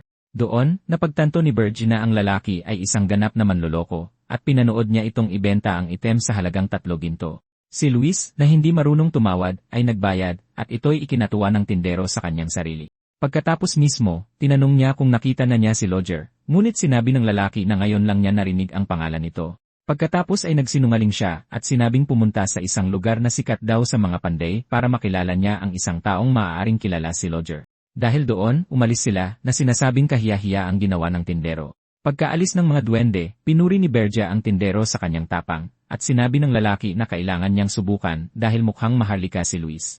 Sinubukan naman ng tindero ang kanyang swerte kay Bergia sa paghingi ng 1 ginto para ibahagi sa kanya ang isang sikreto. Si Beria, na nakita na ang kanyang panlilinlang, ay pinuri ang tindero, kaya sinabi niya sa lalaki na pumunta sa Golden Moon Merchant Guild at sabihin sa kanila na ipinadala siya ng bundok para tanggapin siya. Nagulat, nagtaka ang tindero kung bakit siya dapat pumunta doon at tinanggihan ang lugar, sinasabing bangkarota na ito, kaya hindi siya magtatagumpay doon. Pagkatapos ay ibinunyag ni Beria na kaloloko lang ng lalaki kay Luis, ang baliw na prinsesa ng mga duwende. Natigilan, nabitawan ng may-ari ng tindahan ang bote ng pulbos na nabasag sa proseso. Pagkatapos ay nauutal siyang nagtanong kay Beria kung ano ang gusto nito. Inulit ni Beria ang alok at nangakong babayaran siya ng 1 gintong barya kada buwan, kung hindi ay tatawagin niya pabalik si Luis. Dahil dito, agad siyang nakiusap bago makipagtalo kay Beria, iniisip na sinusubukan siyang lokohin ni Beria. Para sa kanya, dahil imposibleng si Luis ang dwarf na katransaksyon niya, dahil hindi ito pupunta sa liblib na lugar, hinamon niya si Bergie na pabalikin si Luis. Gaya ng inutos, lumabas si Bergie sa tindahan, at ilang sandali lang, pumasok si Luis na galit, at napagtanto ng lalaki na lagot na siya. Nabugbog siya, at pagkaraan ng ilang sandali, lumabas si Bergie dala ang senile powder na matagal na niyang gusto. Sa pagkakataong ito, kulay berde ito tulad ng naalala niya. Pagkatapos ay napansin niya si Luis na nagulat na makita siya, at pinasalamatan siya nito sa pagtulong na mabawi ang kanyang pera. Dahil sa pagtataka, tinanong niya kung anong ginawa niya sa tindero, kaya sinabi ni Luis na naligtas ang tindero dahil sa batas. Kung hindi, dinukot na niya sana ang puso nito. Nakita ni Barry na kakaiba pa rin siya tulad ng dati, at nang marinig niyang binanggit ang puso, may naalala siyang mahalaga. Kaya kinumpirma niya mula sa kanya na hinahanap niya si Logger. Nang makita niya ang reaksyon nito sa usapan, ipinakita niya ang kwintas ni Logger, sinabing natagpuan niya si Logger 2 buwan na ang nakalipas sa isang tropikal na kagubatan sa Ormuz. Noon, binahagian siya ni Bergia ng ilang supply dahil nagugutom si Logger, at ibinigay ni Logger ang kanyang kwintas bilang pasasalamat, inis at masaya na nakakuha siya ng palatandaan. Nagpasalamat si Luis kay Bergie, at sinabing may utang na loob na naman siya. Gusto sana niyang tanggapin si Bergie sa kanyang palasyo na may inuman sa loob ng ilang araw, ngunit kailangan niyang mahuli si Logger bago ito makatakas. Kaya ibinigay niya kay Bergie ang kanyang royal emblem na maaaring ipagpalit sa pinakamagandang kagamitan sa kaharian. Kinuha niya ang sagisag at pinanood siyang umalis kasama ang Royal Guard na nalamang nais ni Luis na humingi ng tulong mula sa pinuno ng mga dwarf para mahuli si Logger. Pagkaalis niya, naalala ni Berger ang pusong binanggit ni Luis at napansin na may nakalimutan siyang tandaan dahil nakatuon siya sa pag-iwas sa landas ng isang tipikal na demonyo. Napansin niya na sa panahong ito sa kanyang nakaraang buhay, natagpuan at sinipsip ni Draxen ang puso ng isang mystical beast at nagkamit ng napakalakas na kapangyarihan. At iyon lang ang tanging bagay na tunay na ninanais ni Verge dahil alam niyang lubos siyang apektado ng dimensional interference. Kaya kung lalabanan niya si Luis na may matataas na antas ng kagamitan, halos hindi niya ito matatalo. Ngayon, para makapaghiganti sa mga bayani at mabuhay sa kasalukuyang dimensyon, isang bagay lang ang kailangang gawin ni Berger, palakasin ang sarili niyang kapangyarihan.